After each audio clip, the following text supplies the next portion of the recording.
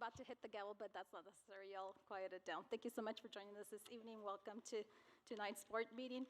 Before I begin, as I usually do, I'd like to remind the public and the audience here in person that if you would like to address the board, there are yellow forms outside in the round table that you would need to fill out, and then you would turn them into Ms. Delgado, our administrative assistant, so that you can address the board this evening. Okay, so now I call to order this Gadsden Independent School District regular school board meeting for Thursday, June 8th, 2023 at 5:01 p.m. Ms. Delgado, can you please take roll call? Mr. Cano? Present. Mr. Castillo? Present. Ms. Flores? Present. Ms. Murillo? Present. Ms. Rodriguez? Present. Madam President, we have established quorum. Thank you, Mrs. Delgado. Please stand for the Pledge of Allegiance and the salute to the New Mexican flag. I pledge allegiance to the flag of the United States of America and to the republic for which it stands, one nation, under God, indivisible, with liberty and justice for all. I salute the flag of the state of New Mexico as the symbol of perfect friendship among united cultures. Mr. Cano, can you please read our mission statement? The Gadsden Independent School District will provide diverse education opportunities that empower students to successful in an ever-challenging world. Thank you, Mr. Cano. Moving on to item 3 on our agenda, Superintendent Dempsey's district updates and recognitions. Superintendent Dempsey. Madam President, board members, thank you for joining us this evening.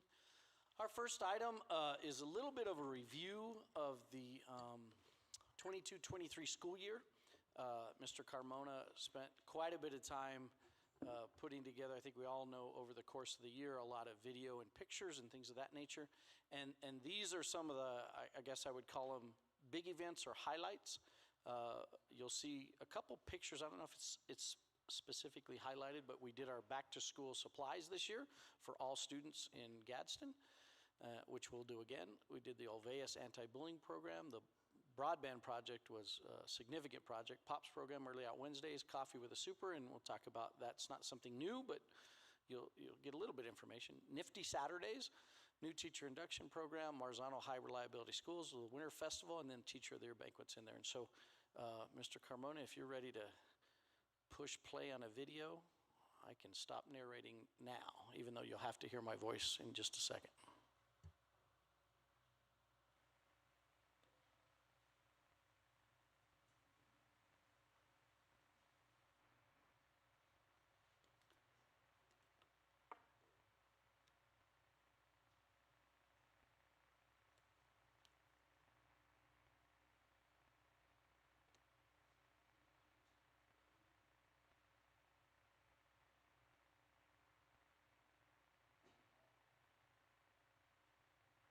The homes of our students with high-speed internet. Thank you, Director Snowdy.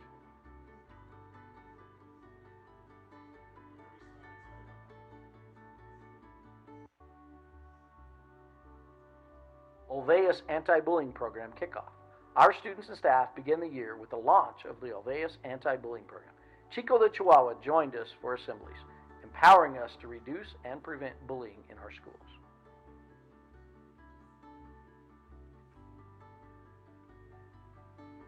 Bridging the digital divide, Gadsden ISD initiated the Broadband for All of Gadsden ISD project, connecting the homes of our students with high-speed internet. Thank you, Director Snowdy.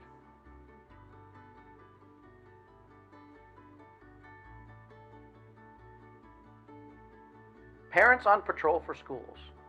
Through the POPS Parent on Patrol for Schools program, parents became active participants in ensuring school safety. Their valuable duties included traffic control, campus supervision, and reporting unusual activities. Early Out Wednesdays. We implemented half-day Wednesdays, providing dedicated time for collaboration, learning, and growth within our educational community.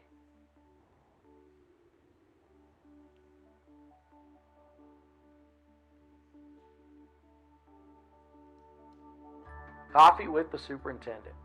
Coffee with the Superintendent has become a cherished tradition, celebrating the unique learning culture of different campuses. We recognize the importance of attendance and encourage parents to voice their concerns during open forums. Nifty Saturdays. Dedicated teachers volunteered their time for professional development during the Nifty Saturdays Make and Take workshops, fostering continuous growth within our district. New Teacher Induction Program. Led by Margarita Barraza, the New Teacher Induction Program supported our newest classroom teachers as they transitioned into confident classroom leaders.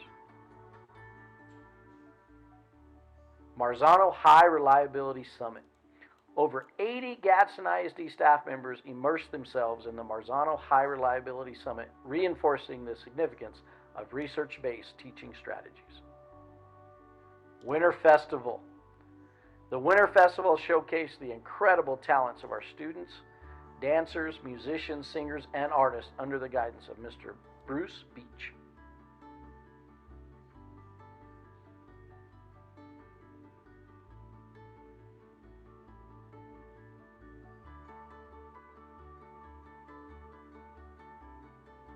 Teacher of the Year celebration.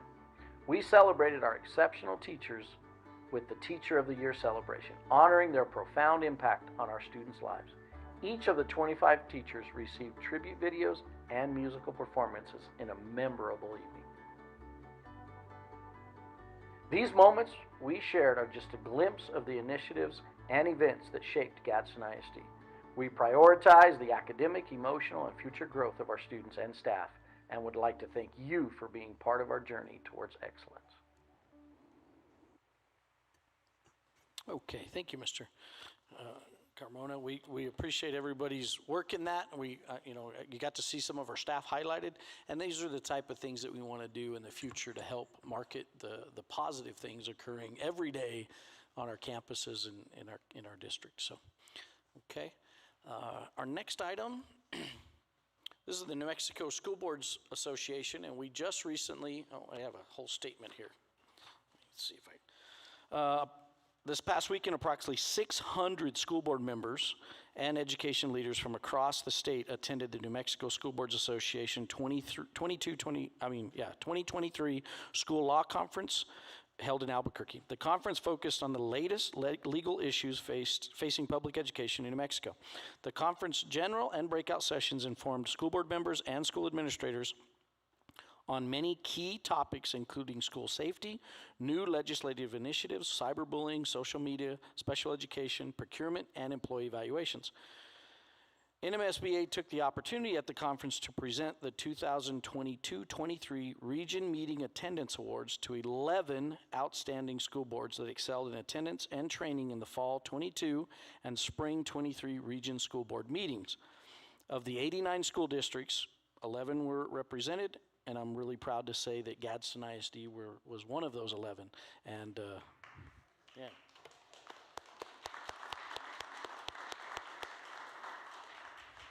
I want you to be aware that myself and the leadership team, and I'm sure our entire community, really appreciate your commitment to attending these.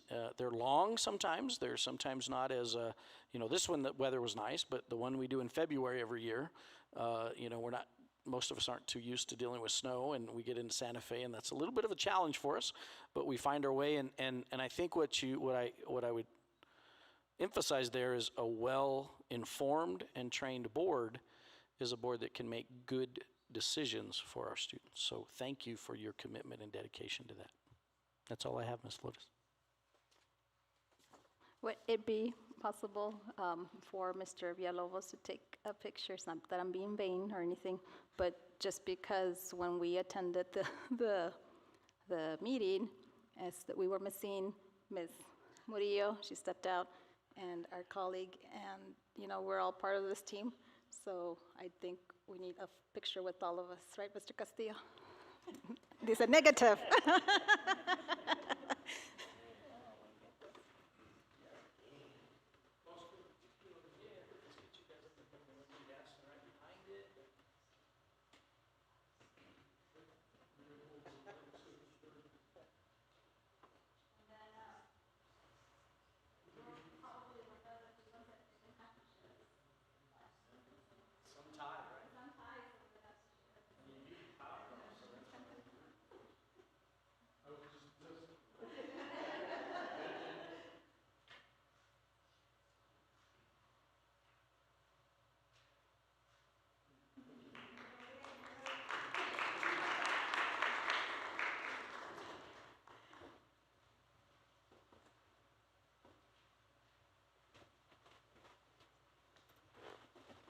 Thank you, Mr. Dempsey. Okay, moving on to item 4, board member reports. So I will begin with Mr. Castillo. Thank you, Madam President. What I have is, obviously, we attended the graduations, highlight of why, we do this, all for the kids, so special moment there. And then, as mentioned, we did attend the law conference, and that's one of the conferences, that's the conference that I like the most. I think the majority of the people's attitude is we go there to find out what we can't do, and I always leave there finding out what we can do, because it's easy to say it's the law, it's the liability, we can't do this, but if we pay attention, there's a lot of things we can do and we should be doing, but that's why I appreciate that law conference, and that's my report. Thank you. Thank you, Mr. Castillo. Moving on to Mr. Cano. Good evening. I also want to thank all the high schools for everything that they did for our graduates. Beautiful graduation starting like on Saturday, starting from 6 o'clock in the morning till almost 8, 9 o'clock at night, seeing the happy faces that we see from each and every student getting ready to receive their diploma and walking out. Excellent. It brings such a pride to me and to our district, seeing so many students graduating. Also, law conference, I enjoy going to that law conference because, again, it brings us humility to know our exact duties as board members and how far we can do it and what we can do. I think that's all for me, too. Thank you. Thank you, Mr. Cano. Mrs. Murillo. Good evening, everybody.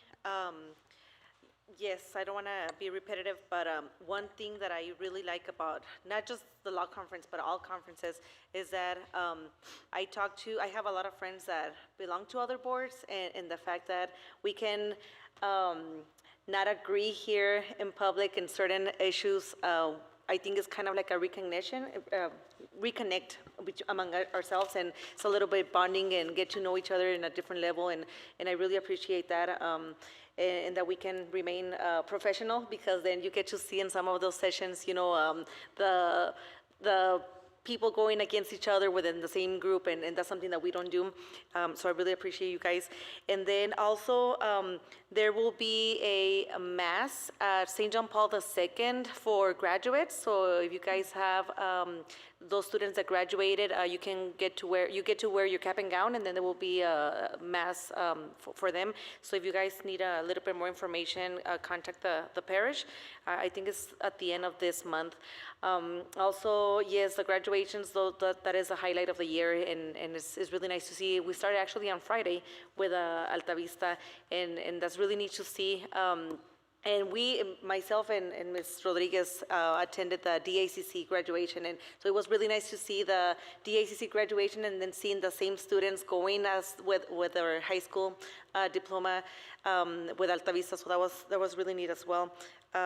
Here comes other meetings and leadership retreats. So a lot of people, they ask, well, it's nice that you guys get to go on trips, but we don't get to go out and about until after 5 or 6, and it's just for dinner, and then we're done for the day. But I think it's between the sessions, and it's nice that if at least this group, sometimes we go a little bit above and beyond, and we start building those relationships and friendship with other boards, and we get to compare and ask what works for them, what's working with us.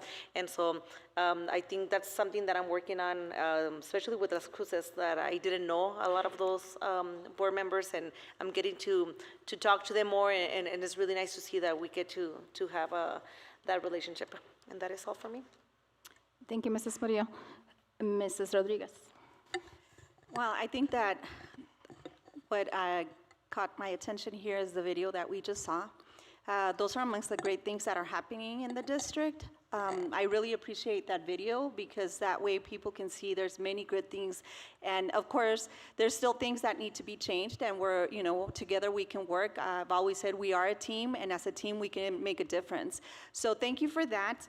And Graduation, yes, I think that that is the highlight. We get to see the students that are happy to have been part of this district. It started from Friday, Alta Vista. We had that first graduation, and then on Saturday we had the rest. So yes, it's an all-day thing, and people always wonder why we're there all day long and how we feel about it. I know I get a lot of questions, and I really love it, right? I really, really enjoy that, and it doesn't matter that, we're there from, I don't know, 7:30 in the morning until late at night, right? And we sometimes, I took a little nap. I tried to take a little nap between the the graduations, but it is a long day, but it's very worth it. The other thing is that I wasn't able, like everyone else, I wasn't able to attend this law conference, but it always hurts when you're not able to, and for me, there's really has to be a good reason why we don't attend. I know that many boards, they not all of them go, and I think we all 5 of us make an effort to be there. This time around, I wasn't there, but I know that I'm going to get great information from my colleagues, and yes, building that relationship, as Ms. Murillo was saying, I think that that's important. It also builds a relationship between us, even though that many times we agree to disagree. And at the end, we come to a consensus, right? Because we know that what we're doing here, we're not doing it for us, we're doing it for the students of the district. So everything that we do, I think that we all genuinely care that we make something great for them. And so if we're not, we always welcome the opinions, and we always take that into consideration. And of course, all we need to focus on is, the well-being of the students, and of course the staff and the anyone that has to do with the district. But mainly the students, we want them to excel. And going back to graduation, that's what we see, how excited they are. And I think that, right now that we're on vacation, I want the students that are not, that are still going to come back to please take time to really rest, so you can come with a lot of energy once the new school year begins. And thank you. That concludes. Thank you, Mrs. Rodriguez. Okay, so I'd like to thank again, like I always do, those who are in the audience and those who are joining us through our live streaming through YouTube. Thank you for joining us this evening. I'd like to start off by thanking Superintendent Dempsey for the video. Thank you, Mr. Carmona, for the preparation of that video. It is the celebration of what we are here at Gadsden Independent School District and the success of our district. So thank you. Some teachers that are here this evening, thank you for all you do, and to your colleagues that might be watching, and let them know that I really do appreciate, and the board appreciates all they do for our kids in our district. Let's see. So I also I want to thank all of you, because working together and going to these conferences allowed us to attain that plaque. I have to admit, I like plaques. Ever since I was a little girl, my sister's not listening. She lives somewhere else, but it's funny. She wrote a letter to God and said, "How can I get so many certificates like my sister Laura?" But she outdid me in ranks. But anyways, I do appreciate that. So if you ever see some of us who do like to wear our regalia, I suppose I'm going to call that. Sometimes we have she has it on this evening. So when you notice those of us who like to wear that, all these pins mean something. It means that we are going above and beyond as your board members to educate ourselves, to go to professional development sessions just like you as teachers. Granted that, I'm gonna be honest, we only need 5 horas as compared to you guys that are 80 hours, but know that this board does in fact go above and beyond those 5 hours that are required through the state. And so thank you so much for being a wonderful board and colleagues to work with. And thank you, Superintendent, for your support. Again, congratulations. We all participated in the graduation. Congratulations to all our high schools. Yes, I always look forward to that. That's an awesome feeling to be able to shake the hand of every single graduate. That's an awesome blessing that we have as board members. And so congratulations. These are not my words, but I want to tell the class of 2023, be bold, be courageous, be your best, and always remain humble and kind. So congratulations to the class of 2023, and go change the world. Don't let anybody tell you that you can't. You keep going. The next thing I'd like to, in my report, is that I do want to take the time to thank Mr. Beach. He was willing to go out, and thank you, Ms. Tarazona. You're like the supervisor of Mr. Beach. Thank you for allowing him to go out and direct the Chaparral High School concert band, because and thank you, sir, for allowing that to happen, Mr. Dempsey, because for me it was important that the class of 2023 Lobos be accompanied with the pomps and circumstance, by their band. And so Mr. Beach did a phenomenal job with a short amount of time to direct our kids, to direct the Lobo band. And I also want to I didn't get the names of these 5 individuals, but there was 5 UTEP members of their band who joined in and filled, and that's thanks to Mr. Beach. So it is so awesome. He is part of our staff because he is actually a band director. So thank you so much, Mr. Beach, for all you did for our kiddos. And then moving on, this week, I didn't attend as a board member, but I'm sharing this because I attended a convening of literacy. Some of our principals and I saw some principals, I saw some teachers. They attended a convening of literacy. We came back yesterday, and so I just wanted to announce that Vado Elementary will continue to be this year a structured literacy model school.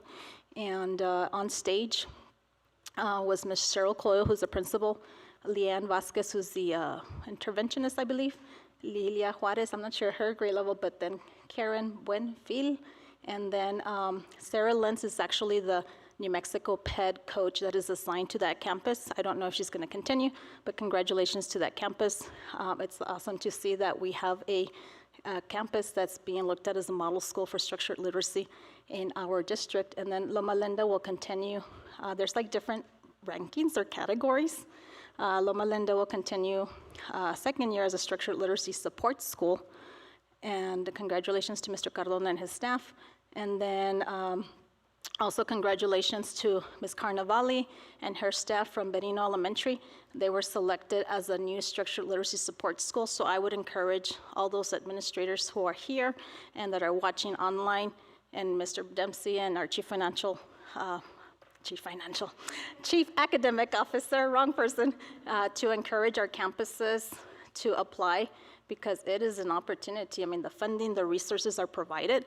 So, and if there's teachers that are listening here and present, encourage your administrators to participate in that.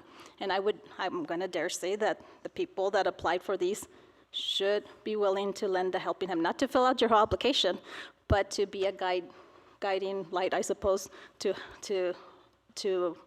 work you through the process, I suppose, because we're here to help one another, correct?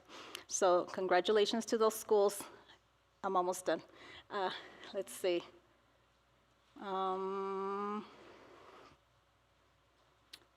then I guess I want to conclude by saying also that for the work that I do at the district that I work for, I was part of Secondary Reading Accelerate. But why I'm mentioning this is because I was able for like 5 months to also be online with some middle school teachers from Santa Teresa Middle School, and then Ms. Nancy, I forget her last name, Ms. Nancy Torres. She is secondary literacy specialist, and so it was awesome to see our Gadsden teachers on there too. I would encourage, again, those secondary teachers who are watching, or those of you who are elementary, share with your secondary teachers that there's opportunities being offered by PED. And you just have to apply. Hopefully, if there's not so many applicants, they'll take you. But it was a wonderful opportunity, and I'm excited to see what our district will do with the information that we learned. So we did have to present. It was mostly, the convening was mostly for elementary, so we didn't have a big crowd. But I was able to present with my colleagues from Gadsden, so that was very awesome. And then finally, I just want to say to all of our teachers and those who get to have a summer break is enjoy a well-deserved summer break. Come back inspired, refreshed to continue another year with our kiddos. And remember, again, I'm stealing these words, right? As teachers, we steal stuff. So like somebody said that, treat every kid as if they're your own. And you have to, so that all kids deserve an excellent teacher. So take care, God bless you. Have fun be safe, but have fun. And, and we did get some of our teachers that went. Severo, who is the lead for literacy, he actually wrote a book for New Mexico. So, some of our kids will be getting it. Hopefully some more copies will come out, but that's written by Severo. And then the last thing I wanted to share is in one of the sessions, they did give us this book, and another one that I didn't get, but the knowledge gap, I believe the folks from Vado Elementary have actually done a book study on this with Natalie Wexler. And so, any opportunity that you get to go to PD, take it. And very last thing is they showed us a movie that I had shared with some of you in the leadership team, and I shared it with my colleagues. I'm going to share it again with you because there's an opportunity on Juneteenth to watch it, but you need a code.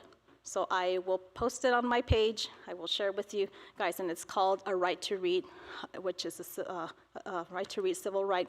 We actually got to have as a guest speaker Kareem Weaver, who is the actual person that made the documentary. And I encourage you to watch it because it talks about literacy and how we do have a crisis in our nation. But now that we're learning, you guys in the audience, with letters and whatnot, we're going to make a difference.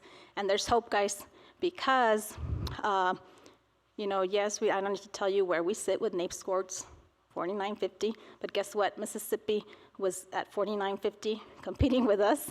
Not a good competition. And guess where they are now? They're number 17. So they moved up. So it is possible, and so I just encourage you that we move forward for our kids. With that, I conclude my report, and we move on to item 5, which is our human resources report. Please note that that is available to the public and no action is required by the board. Moving on to item 6, modification of the agenda. Do I hear a motion? I'll make a motion that we accept the agenda as is. Mr. Castillo has made a motion to accept the agenda as is. All in favor?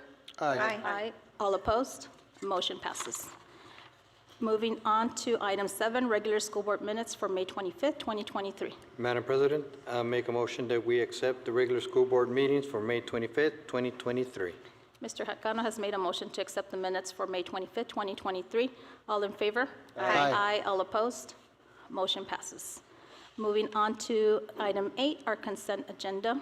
I'll make a motion that we accept the consent agenda as is. Okay, so Ms. Murillo has made a motion to accept the consent agenda is. Before we take a vote, are there any questions or comments? Okay, I do have a comment is regarding dual credit agreement.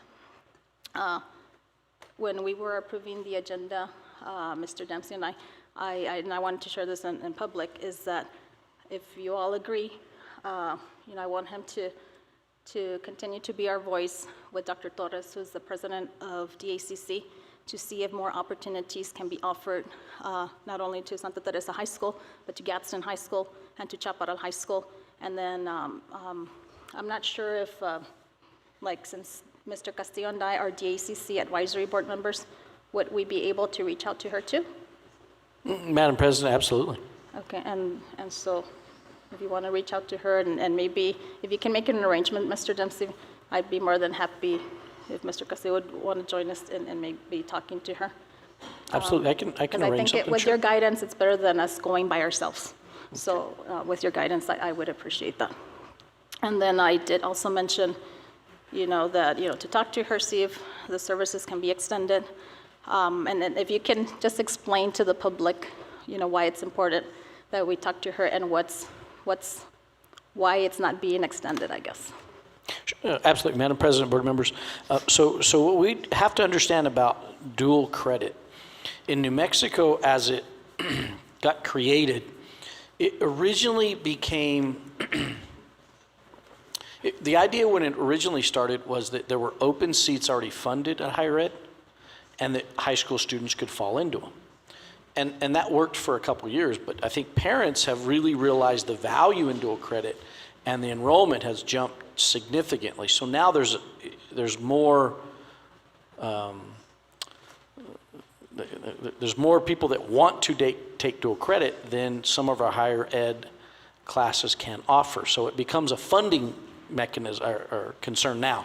Is there enough professors and seats available to cover our students? So right now, for example, we a couple years ago, we started the blended senior year model at Santa Teresa High School. And that's really overall, even through the pandemic, been pretty successful. And what we would like to do, or what I would propose we do, we expand that to that same opportunity to Chaparral and Gadsden. Right now, when I make that request to DACC, they have some funding concerns with that. And so I'd like to talk to them about those and figure out some ways to try to address that so that, again, we can expand those opportunities. Blended senior year has been incredibly successful, and I think it really, what a student does, just so you're clear, is that they're between the summer of their junior year, they apply to the program, they're accepted, and then they have to take a government course and a college success course. If they're successful in that, they're in. And the idea is that they are transported then to DACC, and whatever program they're interested in, they have the opportunity to take courses towards that particular certification or associates or things of that nature. And they do it their entire senior year. And we'll talk about some of the other repercussions of that in a little bit later in the meeting. But I personally think it's a unique approach. But like I said, many of our kids have grabbed onto this, and I'd like to see us expand the opportunity to everyone. And then I also had asked Mr. Dempsey to, in good faith, work with Ms. Torres, Dr. Torres, actually, and if nothing can happen this following year, the next year, the idea of looking to our online colleges, remind me the name of the college? Madam President, board members, a lot of our, one example is like our ag program at Gadsden High School utilizes some online dual credit courses, and those come from eastern New Mexico. And that might be another option for us to consider. And with that, I conclude my questions with that. So Mrs. Murillo has made a motion to accept the consent agenda as is. If there's no further questions or discussion, do I hear a motion? Actually, she already made the motion. Let me take roll call. All in favor? Aye. Aye. All opposed? Motion passes. Okay, moving on to open forum. Do we have any speakers that would like to address the board this evening? Mrs. Delgado. Madam President, we do have open forum.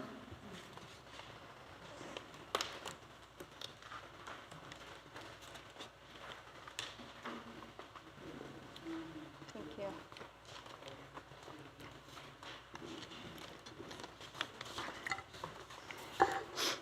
Okay. So there are 3 individuals who would like to approach, who are going to approach the board this evening.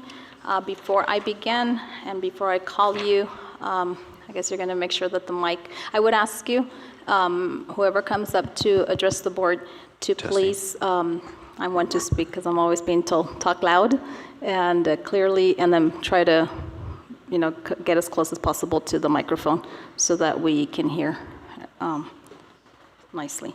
So let me go ahead and read the blurb that I always do. So the board discourages personal attacks upon staff, personnel, or any other persons in attendance or absent by individuals who address the board. Any person making public comments shall be solely responsible for the content of his or her comments. The board neither adopts nor assumes responsibility for any comments made by individuals during public comment. Presenters are cautioned that statements or representations concerning others that are false and damaging to a person's reputation may subject the presenter to civil action for defamation. The board prohibits personal threats and the use of obscenity. Such speech is not protected and will not be permitted. The board further prohibits disruptive conduct. Disruptive conduct will not be tolerated. Any violations may result in removal from the premises. The board also offers formal channels for board consideration of concerns and complaints, including involving individuals. Policies KE, public concerns and complaints, KEB, public concerns, complaints about personnel, and KEC, public concerns, complaints about instructional resources, and KED, public concerns, complaints about facilities and services are provided by the board for disposition of such concerns and complaints. Okay? So when I do call your name, please stand to the podium, make sure you're speaking into the microphone, and you will have 5 minutes. Secretary Murillo, can you please? Oh, beautiful. Okay, so we're trying something new, folks, this evening. So we now have the clock up there. And don't feel like we did this on purpose. I actually requested this a while ago, and I'm pleased to see that it's now there because it makes it easier. So anyways, so here we go.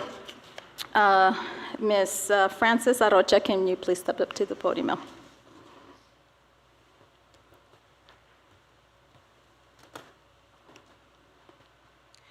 Good afternoon. Can everybody hear me? Yes. Good afternoon, Madam President, GISD board members, Superintendent Dempsey, and the GISD leadership team. My name is Frances Arocha. I'm currently a 5th grade teacher at Sunrise Elementary under the administrative leadership of Mrs. Williams and Ms. Leal in Chaparral. I'm here today because in my 25 years of teaching in this district, I have never before been part of such a dynamic and progressive team as the one that we currently have at Sunrise Elementary. Mrs. Williams and Ms. Leal challenge each and every one of us as educators to push beyond what is comfortable, to push beyond what is easy, and to push beyond what is routine. As educators, we are challenged to be innovative, use data and research to guide our instruction, to use best teaching practices, to collaborate and support our team members, and to be more than role models, but to be pioneers. Pioneers in preparing our students for the new educational challenges that we ourselves are unfamiliar with and did not have to deal with when we were growing up. With Mrs. Williams and Ms. Leal, we are Sunrise Strong. For educators that are willing to join the difficult endeavor of truly preparing our students for these futures that encompass different skills more than we've ever dreamt of, I hope that the Gadsden District leadership team shows their support of the Sunrise team and choose to have Mrs. Williams and Ms. Leal continue to lead our school. Thank you for your time.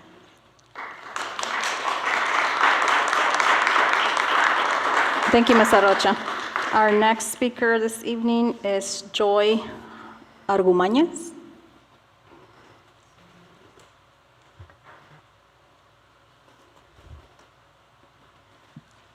Good evening, board members. I'm Joy Argumañez. I'm a special education teacher for Sunrise Elementary School.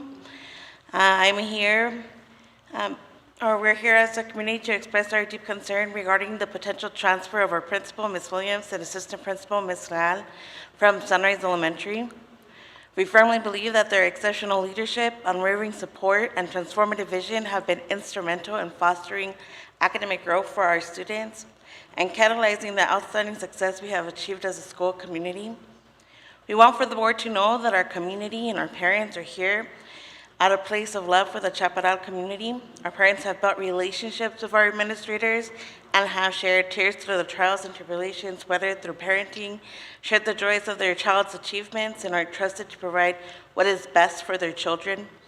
Chaparral is built on shared values, trust, and a sense of belonging. It's a place where people come together to support one another, celebrate each other's successes, and work through challenges as a team.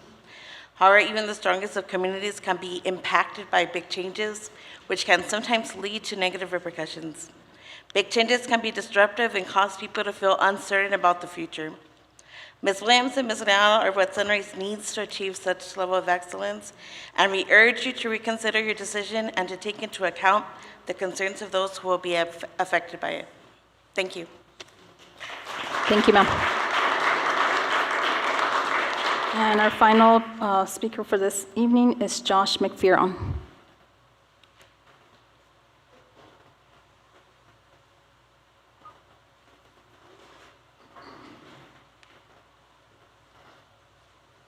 Good afternoon. I'm here today to strongly persuade you to reconsider Mr. moving our McPherson, administrators. I'm sorry to interrupt. Yes, thank you for speaking into the mic. I know these lovely, kind ladies are still needed. Out of all my experiences from many different schools, I have found this school to be among, if not the best, due to the administrators, teachers, and coaches. To this day, I have found no other school that represents what it means to have the best education and community resources. The only school willing to fight for a league of their own. after-school sports. The coach who made it possible, at the helm, our principals, making sure we had everything possible to proceed in those events. To take Ms. Williams and Ms. Leal from Sunrise Elementary is to eclipse our community. Thank you. Thank you, sir. Okay, moving on to action items. We do have 3 action items this evening. Our first is action item 10A, consideration and approval of a resolution proposing capital improvements, tax ballot question, and other matters relating thereto. Superintendent Dempsey. Madam President, board members, just a second here. Okay, I'm sorry. Action item 1A. This specific item is consideration and a potential approval of a resolution proposing capital improvements tax ballot question and other matters relating to the November 7th, 2023 election, including requesting approval from voters for the Gadsden ISD SB 9, also known as 2 mil levy, and requesting approval to elect GISD Board of Education members in positions 1, 3, and 4 for 4-year terms commencing on January 1st, 2024. Notice is required to be filed with the county clerk's office no later than July 10th, 2023. Okay, thank you very much for that information. Are there any questions, comments, or discussion? No? Okay. I'm going to do a little bit something different because the, can you? Our legal counsel, this particular item, our legal counsel requires a motion and a second so we can complete the form appropriately. So, Ms. Flores, you could make a motion and then ask for a second, and that will, if approved, then it would meet the legal requirements. Okay, so no further, yes, go ahead, ma'am. I'm sorry, I just wanted to make a comment on part of this. If you all heard the last portion where it says request that correct GISD Board of Education positions be included on the ballot. I do want to encourage anyone that wants to run for a board position. As mentioned, it is for District 1, 3, and 4. So that's something, and Mr. Dempsey did mention the deadline, which is July 10th. Is that when?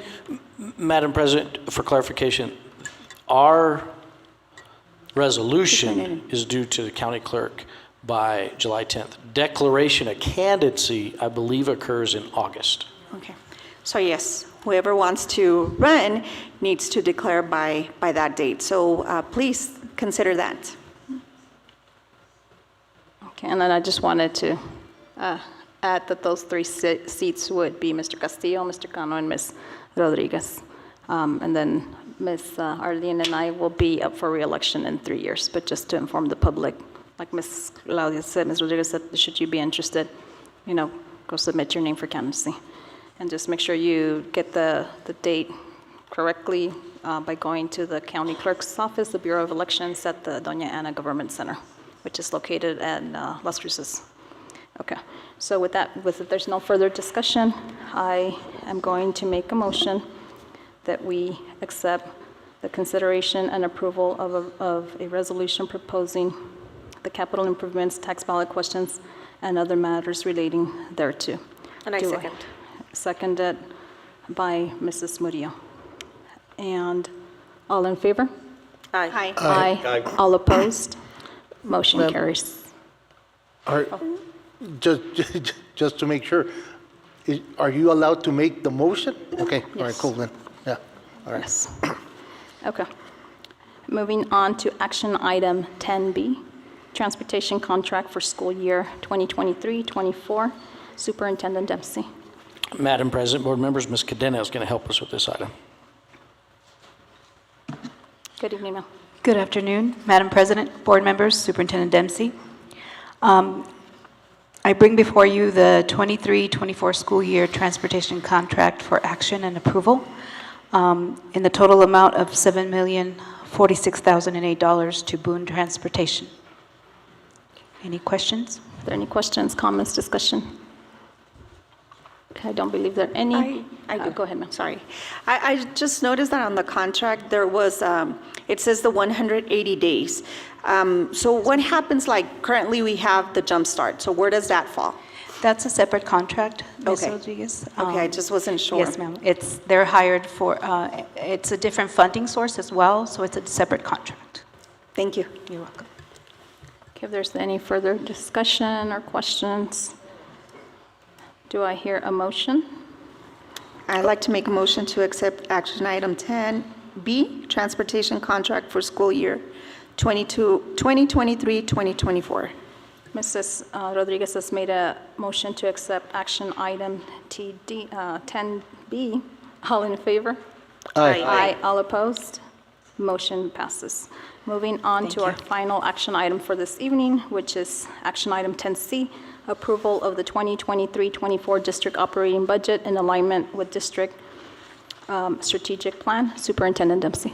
Madam President, board members, Ms. Martinez and Ms. Hernandez are going to help us with these two items. Good evening, Madam President, members of the board, Superintendent Dempsey. I bring to you for approval the 2023-24 Gadsden Educational Fiscal Plan for approval. What you should have in front of you is a sheet that looks like this. And so in this booklet, template, you have the entire budget that's being approved tonight. But what I did is I put together a summary of the changes because I don't think we have the time to go over the entire booklet. So, so you can see here the different funds, the name of the funds, and the first column is your preliminary budget, and your final column is the changes to the budget since you approved the preliminary budget at the last board meeting. And so you can see that there were some changes totaling $7.9 million. Some of these, and most of these, were adjusted to reflect award amounts in applications that had not been released back when we did the preliminary presentation. And I stand here for any questions, comments. Are there any questions, comments, discussion for Mrs. Martinez?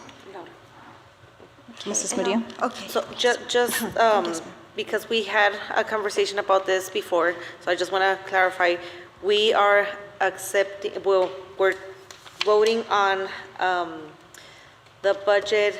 This already includes what we covered at the special meeting, right? So that will be the SROs, that will be, I had one question because I tried to read this and I failed to call you during the week, and that's on me, so I apologize for that. But and maybe it's not a specific line, but I went through the lines and there was the position for the project search for those teachers. Are those included on there? I'm not prepared to answer that question. I don't recall. Okay. So, Madam President, board members, and you did text me about that. We'll have to loop back to that.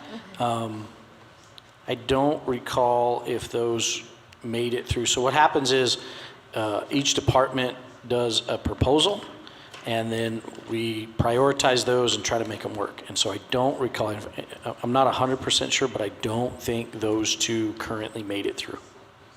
They weren't funded at this point, but we can check that to verify. Is there another question before I go? So I did have a question, Ms. Martinez. Is the last time I had, I just want to make sure, the last time that we met for the preliminary budget approval, I was advocating for administrators as far as their pay. I know that the state legislature had passed either a House bill asking for an increase of role of responsibility, and you gave an increase in unit values where you multiply the baseline of administrative pay in order to come up with the information. And then, of course, we've got the salary table where you show the increases depending on the number of years of experience. And so just wanted, I know that I was advocating for them that we need to think about, not only doing what is, for lack of a better word, mandated by the state, but also thinking about increasing their pay because of the role of responsibility. Because, right now we live in the present time where for the first time as teachers, those of us who are teachers in the classroom, we are getting paid for what we have rightfully deserved for many years. And so, I was mentioning how we want to recruit from our teaching staff future leaders to lead our schools. And so, there has to be an incentive in order for our teachers to want to move from the classroom to become administrators because of the role of responsibility, stress. You are now, running a whole school. And so did anything happen for that, or is that going to be considered for the following year? Yes, we did meet the responsibility factors. In fact, if you would have taken the base salary, which is $70,000, and multiplied it times the responsibility factor, if you look at the chart of accounts, our principals received more than that amount would have been. So there is more than that minimum responsibility factor included on the budget. Okay. And so, thank you, because I know you had, I just want the public to know that. And then thank you for that, and I will continue to advocate, because also we don't want to lose our administrators to nearby districts that are obviously paying them more. But administrators, you also have to realize, because yes, I advocate for you, but the reality is that some neighboring districts, you also have to look at the population that they're serving. Their campuses might have more kids, so it's something to think about also. So thank you. The other question that I have is in regards to our social workers, our special ed social workers. Did any increases happen for that particular group of individuals? Special ed social workers, gosh, it sounds like it was months ago. I know that everybody did get an increase, and they got at least a 6%. I don't recall specifically social workers. Madam President, I think the safest way to answer that, and we can get you some additional details, is every employee in Gadsden received a 6% raise, every single one. Okay. Some, because of other factors, did get other jumps, as you mentioned, the responsibility factor. And then I think another component to watch is, and when we talk about neighboring districts and the size, and you're right, there are factors in that. Some of our employees make more than them. And so when you do those comparisons, be sure you watch that, because I'll give you an example. Our secondary principals today make more than a very close district in just north of us. Okay. And then I think earlier, let me see, what else? Oh, yes. So I know that, just want to make sure to the public that included in this, it's the will of the board to approve the final budget to submit. It's going to include correct me if I'm wrong, Mr. Dempsey, is it $3 million for our SROs? Or do I have the wrong amount? Madam President, board members, absolutely, the dollars are in this budget to help begin an SRO program and possibly enter the contracts to do so. Okay, and then let's see. The other thing is, I don't know, but tell me if it's inappropriate to address this thing. I don't know. Which is the MOU for the SROs. Madam President, we do not have that on our agenda, and I would we'll not recommend we have that conversation. Awesome. Well, I'm not going to ask to discuss that, but something, by me looking at that document, it did prompt something that I have question regarding security, because it prompted because of SROs. So I know that there'll be, I guess, an agreement, and as far as for what is called, I think it's resources or supplies, so as far as security in our district. So my question is, how is security, where does the funding come for security? Are they part of the physical plant department? Who are they part of? And then also the other thing is, how are their resources and supplies given to them? And what I mean by supplies, I mean basic stuff from pens, does the school provide that, or does Mr. Ortega's department receive funding? And then laptops, how is that provided to our security guards? So, Madam President, Mr. Ortega or the security department does receive an allocation every year. I can't remember off the top of my head what that amount is. I want to say it's about 60, I believe. I don't quote me.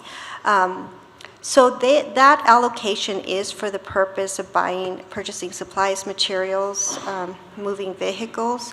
For the new fiscal year, he's also received an allocation for security overtime. And as far as, so that's what that budget is, but he is not part of physical plant. Okay, It's- so then all the resources come from his allocations, so that is like literally everything, like from pencils to laptops to everything. I'm not sure about laptops, but they do have a budget where they could purchase, if they wish, pencils and radios and vehicles. Okay, and I just want to make sure because, you know, just like we you know, if it's the will of the board to approve this evening, we're going to be approving a budget for SROs who are also provided resources and whatnot. I also want to make sure that our security, who is currently taking care of us in the buildings, are supplied with what they need. So, Right, and that $3 million is in addition to that budget, so it's not the $3 million, it's in addition to that Okay. allocation.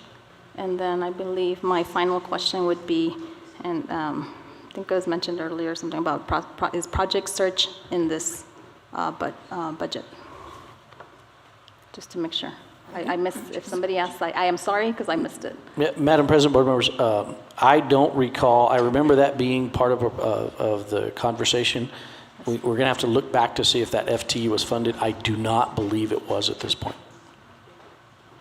So we're about to approve something that we don't really know about? Well, Madam Is it President. going to affect? Right, well, and that's in part why we ask you to send our questions before we get Okay. to action items. And so we didn't have those questions, and so we didn't know to prepare for that. I can get you that information. It's not to say we don't have options at some point, but those, we weren't prepared to answer that. Okay. Any further questions, comments, discussion? Okay. Let me get my... Okay, so with that being said, do I hear a motion? I'll make a motion that we approve action item 10C, approval of the 2023-24 district operating budget. Okay, Board Member Castillo has made a motion to accept action item 10C. All in favor? Aye. Aye. All opposed?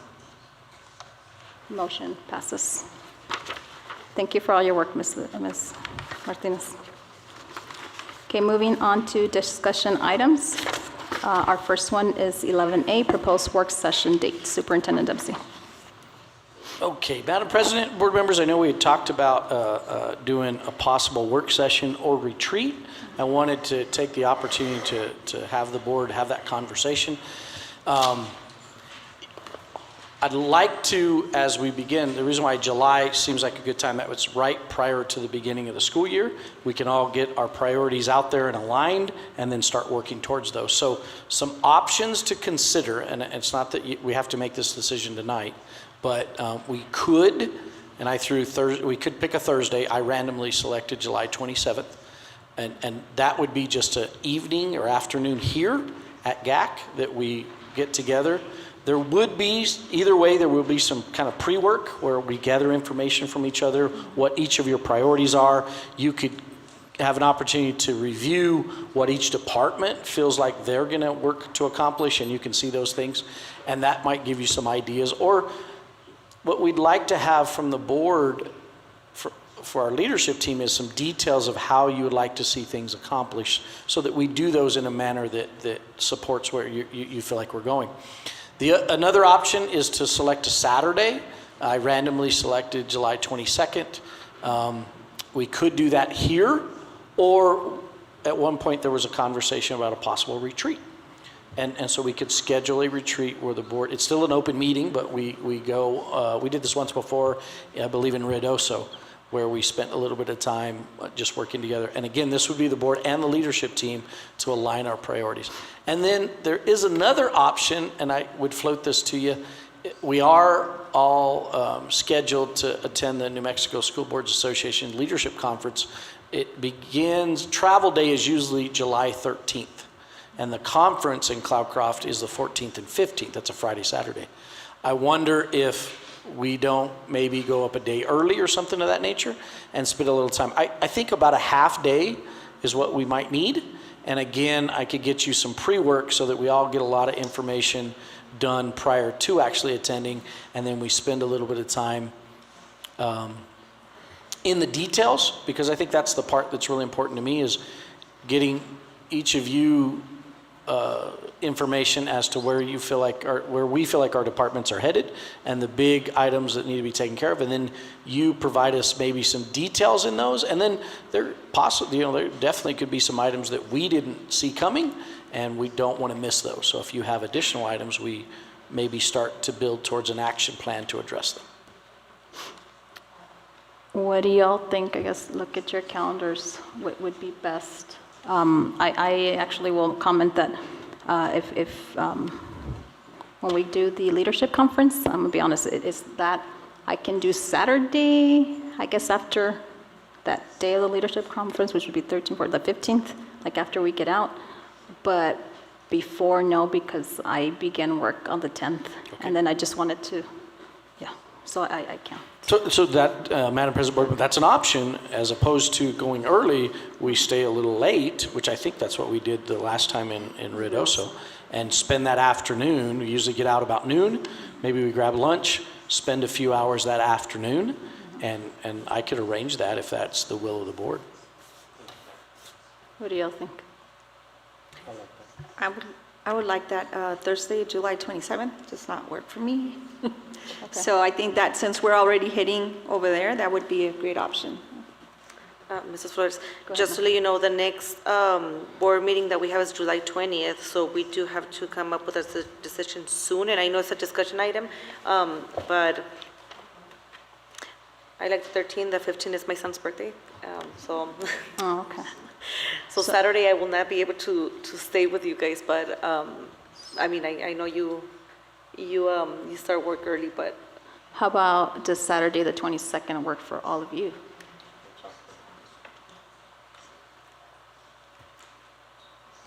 My schedule's not out yet. Sorry, my schedule is not out yet, so I probably can't on the, because I'm going by our meetings, so everything, I gotta schedule everything at least a month in advance, and my new schedule for work hasn't come out yet, so hoping that it come out within the next 2 weeks. So for me, I think it would please me better, and since I already got those days prepared, would be the when we're up there for the conference. Okay, but we, okay, you won't be able to, is that you're just going to say? Okay, maybe a couple hours.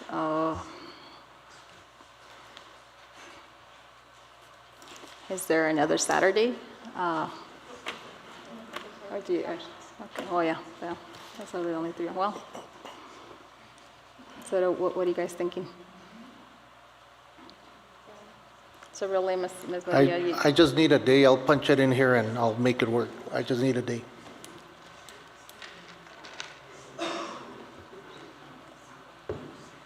How many hours are we talking about? Or Madam President, I think if we spent between 3 and 4 hours, now there'll be some prior work that we'll need everybody to accomplish, but if we do that and read it, I think we could very quickly get some things out on paper. And then what I want to make sure, though, is that we take an opportunity to really understand what the board's efforts are and what you want to see us invest our time into, so that as we get, we all know this, as the school year begins, other things come our way. Mm-hmm. And this list of priorities helps us get back on track to the things that we want to focus on. would you be okay, because at this time it's Maria? That's fine. Okay, so then we're okay then for July the 15th would be Saturday. July 15th, Saturday, July 15th. And then so Ms. Delgado will set up a notice, and then I'll arrange where that might be. We might be able to use the lodge. If not, I can arrange something there at the school. Okay, and then I would request, since our leadership conference finishes exactly at noon, lunch. Oh, absolutely. And also for your leadership team. And so I guess we could do a working lunch and get started Madam President, that would be a great way to probably just get started is transition to lunch, get everybody fed, and then we can, start working immediately towards that. And then I did request, and I'm going to request it in front of, if you all agree. I thought it was a wonderful opportunity. I was talking to Mr. Dempsey when we were approving the agenda, when we met, is definitely to see if there is maybe 1 or 2 team building activities, which is very important because, so that we can continue building as a team here, but also with your leadership team, and, opportunities where, you've all been in these type of leadership and these team building activities where you get to learn about each other's personalities, because sometimes your perception of us might not be correct. My perception of you might not be correct. And this is where we learn about our passions, what makes it tick. We have to understand our personalities. So if you could do that, that'd be awesome. And then I guess, let it be a relaxing environment, because I was thinking if it was going to be some other day, don't come all dressed up in your tacones and your suits, just be casual. It's a, make it a casual environment. Unless my colleagues who wear the tacones want to, then go for it. But let it be a relaxing environment. So anything else that you all would like to add?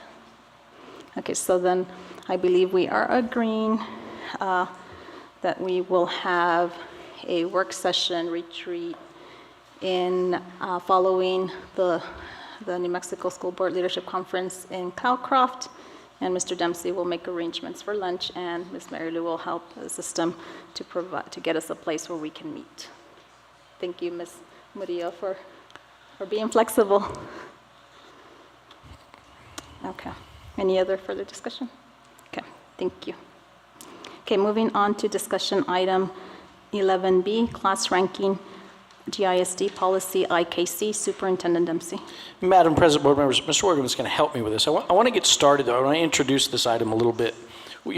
As was mentioned, we just experienced graduation. And while those ceremonies are amazing, and we all love watching our kids and their names get announced in these big stages, and they get to, we get to honor them. At times, it came up this year, last couple it hadn't, but we've sometimes have parents that approach us, and sometimes students, with concerns around class ranking. And that involves salutatorian and valedictorian, top 10 and top 10%, and how those things are calculated. So first, I want to bring to your attention that we have a very clear policy about how that's done. So the one thing that I really hope we can get in our mind is, in May, you'll never change a policy when someone's upset in May, right? It's not going to happen, right? Because then you'll be changing policy every May.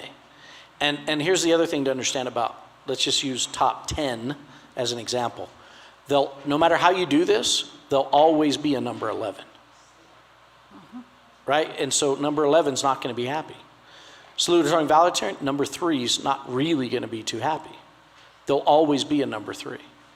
So no matter how you do this, it's a number calculation.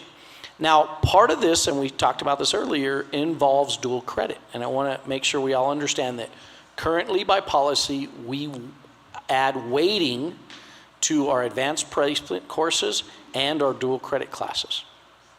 So if a student who is a senior participates in, that confuses it, I'll get there.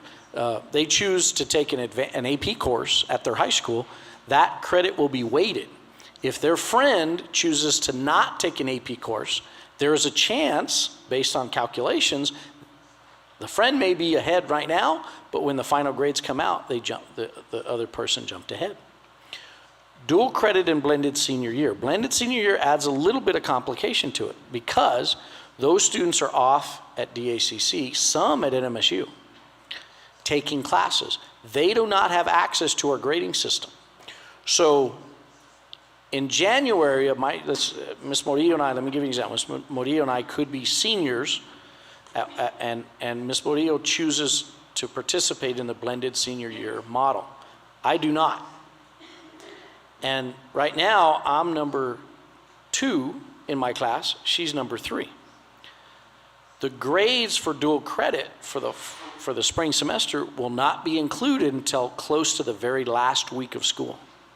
So I think I know where I'm at. I think I'm ahead of her. Those grades get dropped in. There are a whole semester of grades, and now she's ahead of me. That's a reality. DAC is not going to use Power School as their grading program. So at some level, here's what I would just emphasize. I think our job as a public school is to open the gate as wide as possible to offer as many opportunities as we possibly can for our kids. And then they also have to understand this is a competitive world that we're about to release them into. And some people will have a higher GPA than you. That's it, right? There's really no drama or conflict. The number, as they calculate it, is higher than mine. And we can say that, it's easy to say that in June. It's not easy to say that in May. And so Mr. Woggum, I think he's probably got some pieces here because he's been a big part of these at Santa Teresa High School, which one of the things I want to make sure, the reason why I want to have this as a discussion, a parent made a comment that this was brought up before and never addressed. Well, I had to kind of correct that a little bit because we had a conversation about it, and just because someone sees something as a problem, that doesn't mean everyone sees it as a problem. So I want to give us a chance to have a conversation and determine, do we have something wrong? This doesn't mean we have to change anything, but if we change it, now's the time, and it would happen with the incoming freshman class. That's the other side of this. We have sophomores and juniors that have already been, they've already been promised something. And the top % of your class, they're competing. Those top 20 kids, they are competing. I don't think it's in any way, shape, or form fair to make a change for them. So it would only be for the current incoming freshmen for next year if we made a change. And I'm not suggesting you have to make a change. I just want us to be able to have the conversation. Mr. Worgoth, I don't know what you would add. Madam President, members of the Board, Superintendent Dempsey, I echo what Mr. Dempsey has shared. Again, I think our shared experience as high school principals gives us perspective on this. And again, there's reasons to wait and there's reasons to not wait. I can share with you that some schools in New Mexico weight both AP and dual credit, some don't. Most of the schools in Texas actually weight both. So I think because of our unique situation here on the borderland, Cruces has, they weight AP, but they kind of weight dual credit sometimes. So really, in summary, what we choose in policy to do as a district is going to fall in the in the pathway or the norm of what other large groups of schools are doing. That's just a choice that we make as a district. And to Mr. Dempsey's point there, right, what we place weighted grades on is what we value, right? And so that weighted grade values advanced studies, but it also college of career readiness in all different manners. So it's really what we choose to do. My only other thought on this is that, to Mr. Dempsey's point, if we do choose at some point to make a change, it has to be done for the incoming freshman class. I also want to caution, we had talked a little bit last year about graduation requirements and class ranking previously, and we were waiting on the state to kind of bring down some graduation requirement changes that got vetoed at the last minute. My recommendation is that if we choose to make a change on this, we may want to think about it. We can make that at the board's discretion. But let's say the state were to, the governor this year were to approve some new graduation requirements. He would approve them, and they would go into effect 2 years from now. You want to be really careful in changing ranking requirements, because that's for these groups, this group of freshmen, and then a couple years later, there's new graduation requirements from the state that could impact that previous decision that you made. So when you're looking to change anything having to do with a ranking or a graduation requirement, you kind of want to do it in one swoop. So it follows that group all the way through. Because as a high school student, a parent, or an administrator, you want to have a clear picture of what's going on. And you don't want to have the class of 2028 with these requirements and these rankings, and the class of 2029 on something different. That leads to sometimes miscommunication and misunderstanding. So that is my only caution, in addition to what Mr. Dempsey shared, but I echo what he shared, and so we're here to, any thoughts or questions, we can go find answers for you. Questions, comments? I believe Mrs. Murillo has a question.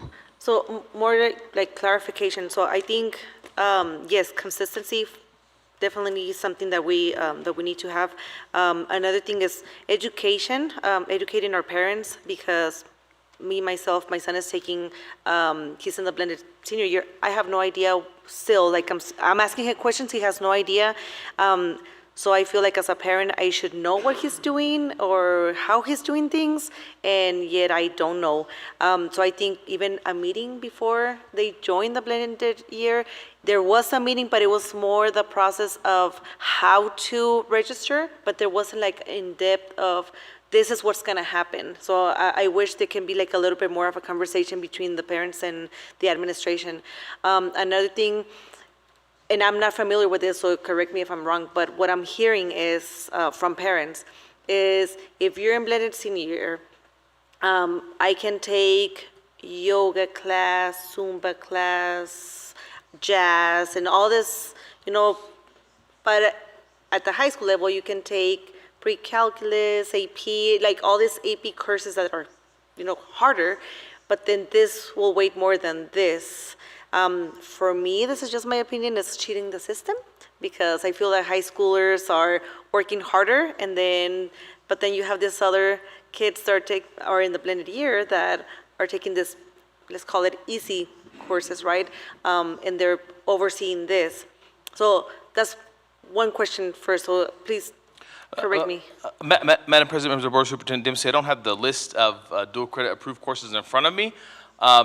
There is a range of courses in which the students can take at MSU and DACC, and those are classes that are intended to make you college and career ready. I would, don't have my facts in front of me, but I would question a little bit about some of these very courses you described that might be a little more loose. But again, there's also art and other AP classes that you can take that are AP. So again, as part of those dual credit agreements, the point is to make a kid college and career ready, not to provide them, a wide world of courses to take from. They're usually in a pathway of some kind. Madam President, board members, let me try to add a piece to that. One of the main purposes behind blended senior year was to keep individuals from choosing just random dual credit courses. Every course has to lead to some form of a certification or a credential. Could be associate's degree of science, associate's degree, right? Could be a certificate in art, and or welding. And so it has to lead somewhere. And so it's not as if they're just taking the DACC course catalog and saying, oh, I'm going to pick jazz, and that's very inaccurate. And so I realize sometimes people present it to you that way, but that's completely inaccurate, because I could be a student that's taking calculus as a dual credit course. I could be taking a language arts course at the college that's just as challenging as AP. Now, I think we would all agree that many AP courses have a challenging curriculum, but each of us are different. And so while if Mr. Wogemuth, for example, were taking AP history, he would probably excel there. I would struggle. But if he and I went to dual credit and we chose to take calculus, he's going to be trying to get me to tutor him, I'm thinking. And so, and then we live examples of, there's AP art. That's an elective. There's nothing required about that. So I think we have to be really careful putting a stamp on something that says, oh, this is more important, more valued than another. The idea for me as a public school is we open this gate as wide as we possibly can. We allow as many of our kids to get in there. And at the end of the day, the success around dual credit is unbelievable.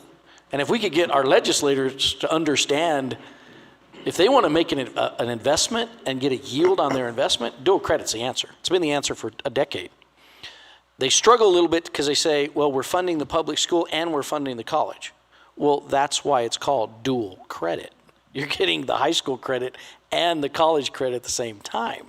But that continues to be a struggle and a conversation. But the success and the opportunity here, really, I don't like to put limits on those kids and stamps of what's more valued than another, right?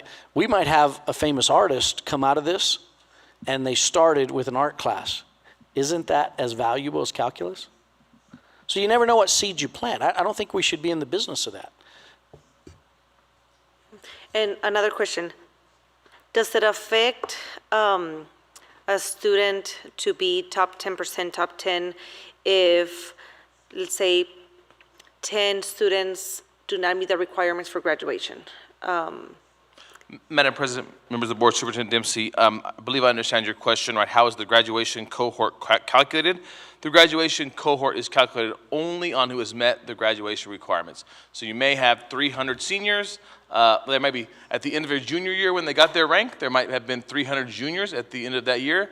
You get to the end of the senior year, 10 students don't graduate, you have 290, right? That 290 becomes the graduation cohort that met the requirements, and then the top 10, the percentages are calculated off of that. Of the 290? Yeah, off of the final validated graduation. So if someone was, let's say, I'm just gonna put it very simple, top 10, not top 10%, top 10, and there was 300, 10 leave, that bumps me out.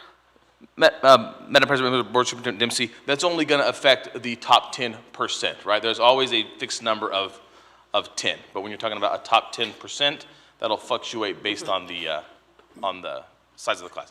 Madam President, let me try to, I think maybe this might help. Mr. Snowden, can you scroll up in that policy, please? I'm sorry, scroll down. Okay, so right there. Calculating the top 10 or top 10% of a graduating class, the GPA of early graduates, students who are graduating a year ahead of their cohort, are included in the rankings of the current graduating class. So if someone says, hey, I'm a sophomore, I want to graduate early, they do all the things and the approval, they're included in the cohort, right? So it's telling us that, right? But they do not display students in the top 10 or top 10% of the current graduating class, right? The GPA of the late graduate students who will not graduate until a year or more after the cohort are not included. It talks about tying here. Here it is. This is the one I was looking for. The cutoff date for calculating the final rankings of graduating seniors is 5 p.m. on the 4th workday prior to the day of graduation.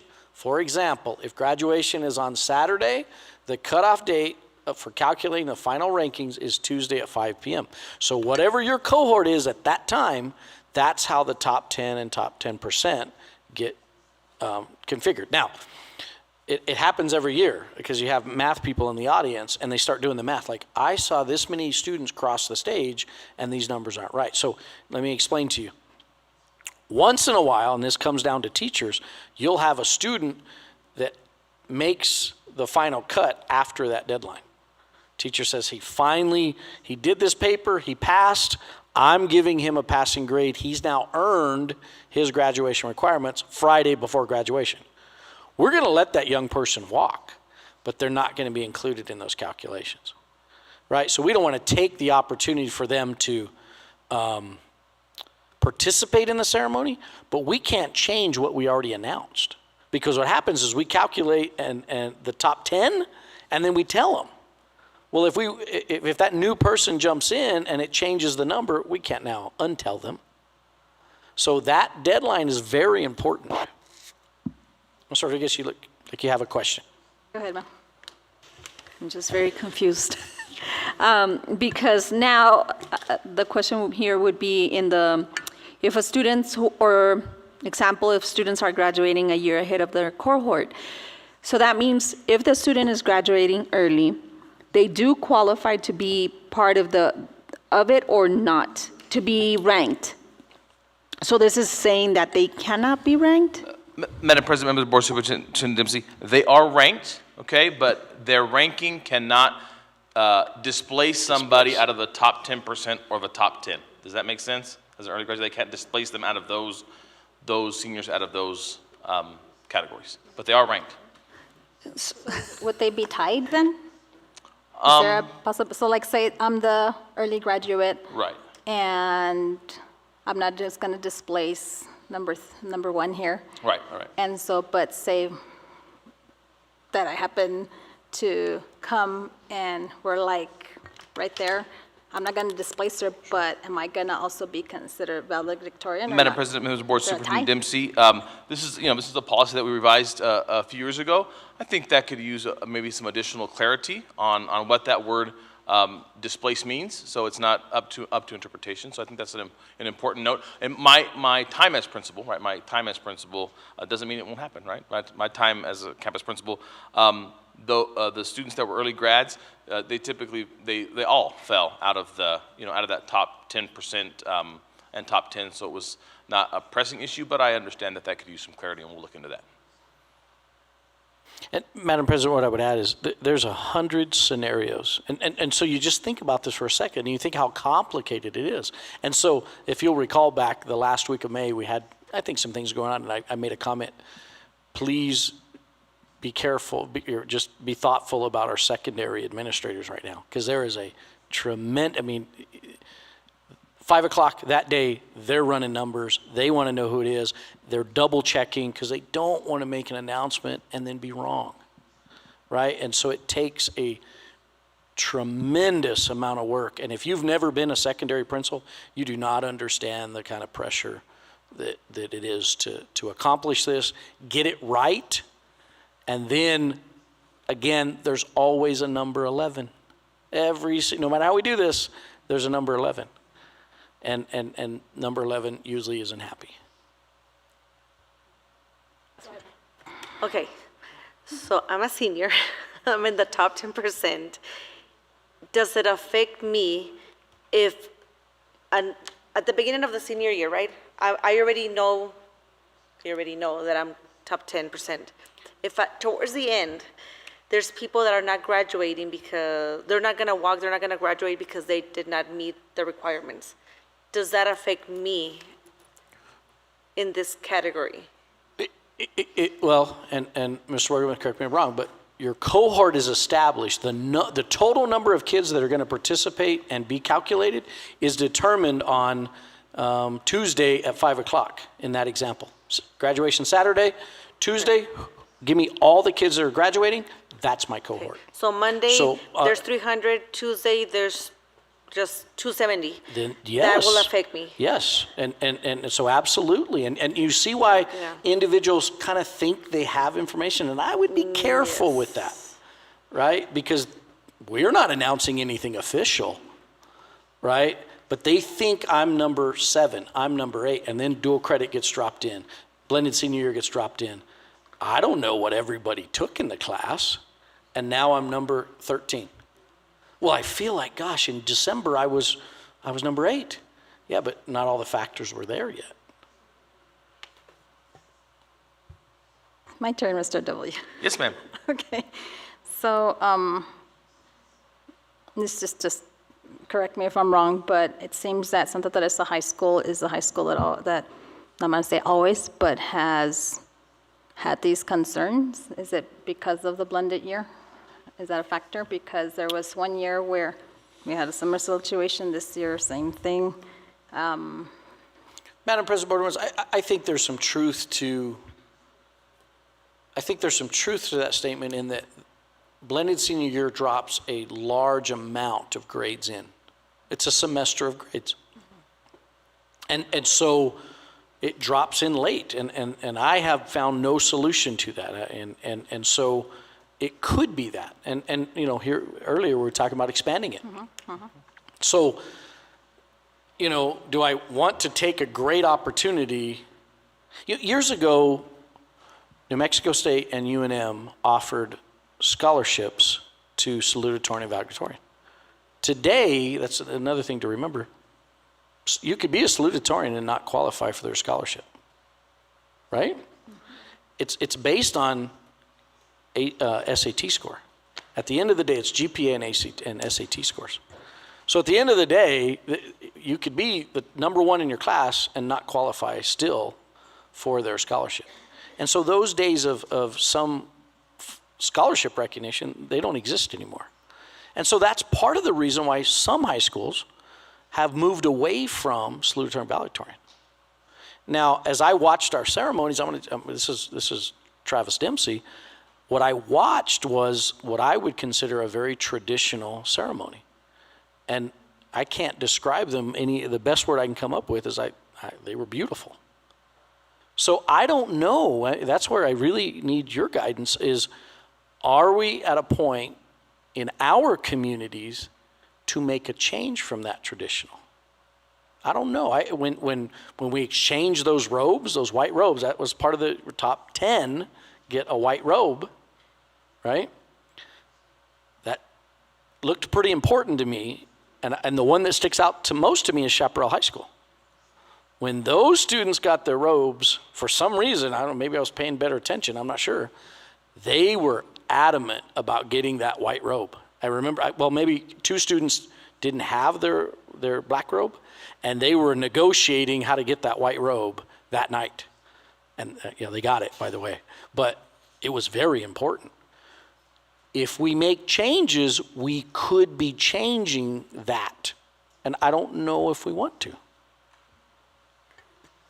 Okay, this is my last one.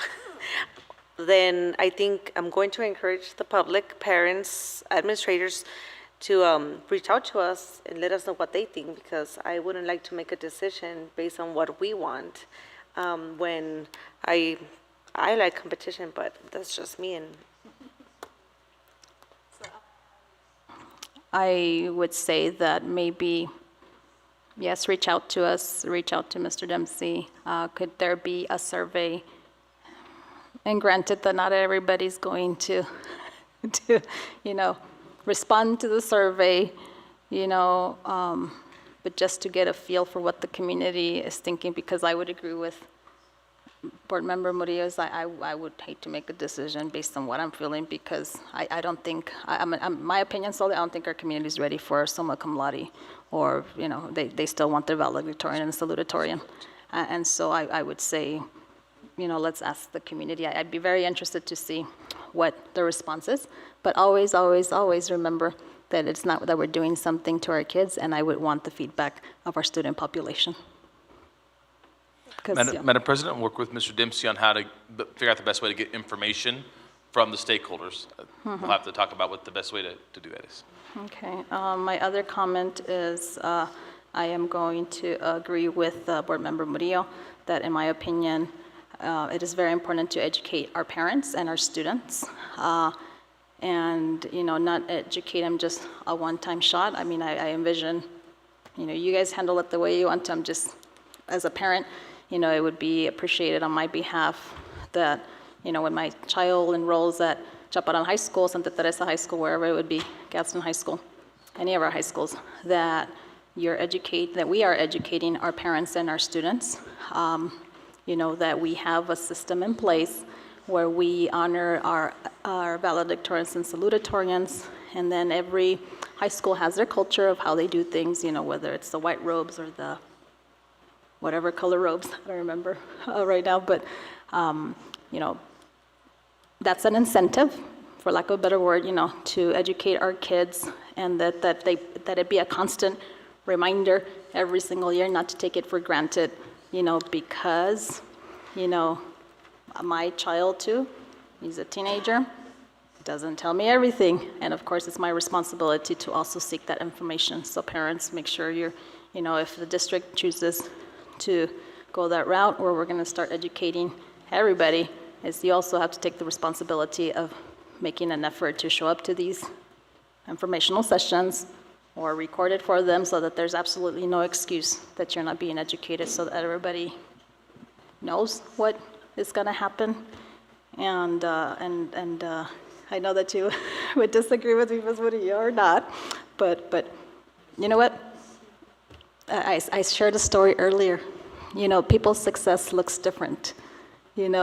My sister was number 1 in her class. I was number 7. And so she's a nurse, so I'm a teacher. and that's okay. I mean, we're both successful. And so, like I said, my opinion, Laura Salazar's opinion, your ranking does not determine your success. It's, we make choices in life. And so, but at the same time, I don't think our community is ready. But yeah, the feedback would be highly appreciated. And I think that's all for me. Are there any other? Yes, go ahead now.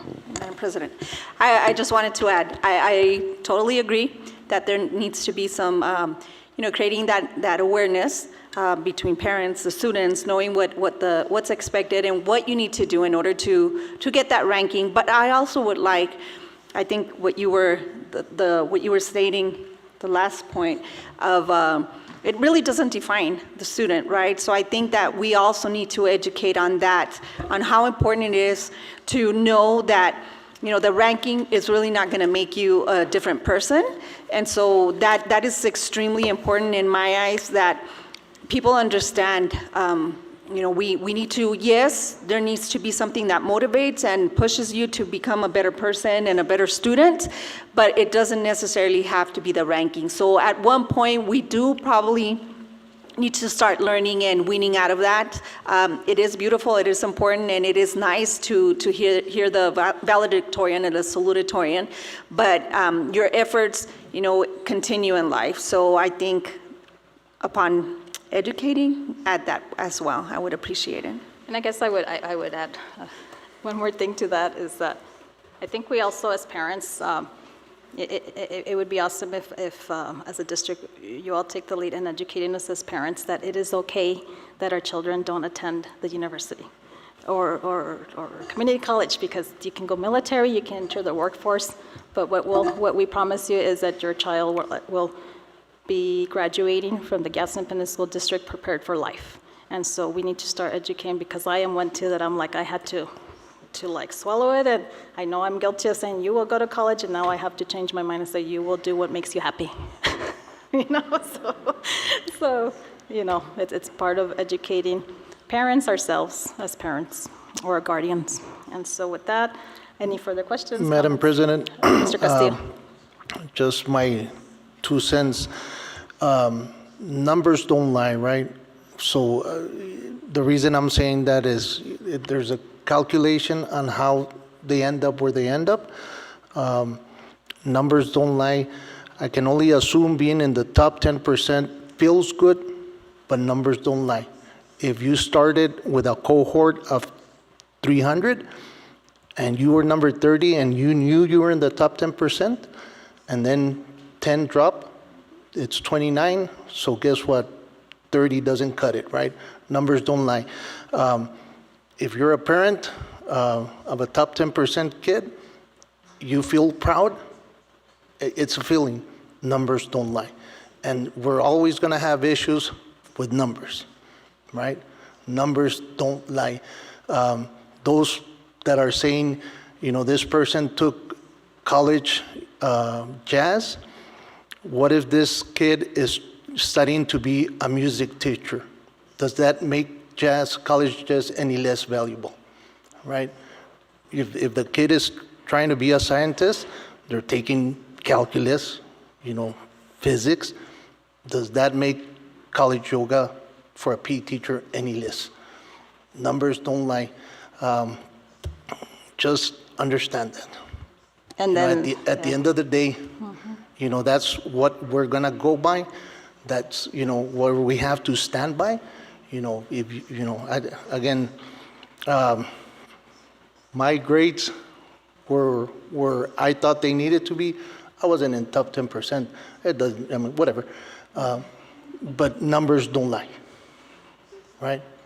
To Mr. Dempsey's point, as far as valedictorian, salutatorian, I did outdo them in the ACTs, but that don't matter. Numbers don't lie. Thank you. I would say that it does matter, Mr. Castillo, because it is a fact, what you just finished saying. I've seen it when I graduated and continue seeing it, where you could have the highest GPA and still somebody who is not top 10% will outscore you on the ACT, SAT, And so there are people out there, super smart, brilliant people. They just, whatever, I don't want to get into that, but anyways, yeah. And then also we have to consider the fact that because numbers don't lie, you're absolutely correct, is that we also have to be careful, where like I said, that we do graduate kids that are prepared because, and the whole idea with the numbers don't lie is you can have a top 10 person and unfortunately not place when they give you a placement test at NMSU or English or whatever, and then guess what? You have to take remedial courses. So but I know that we're working on that. So if there's no other further discussion, I want to thank you for your time, Mr. W. on presenting to us this evening. Thank you, sir.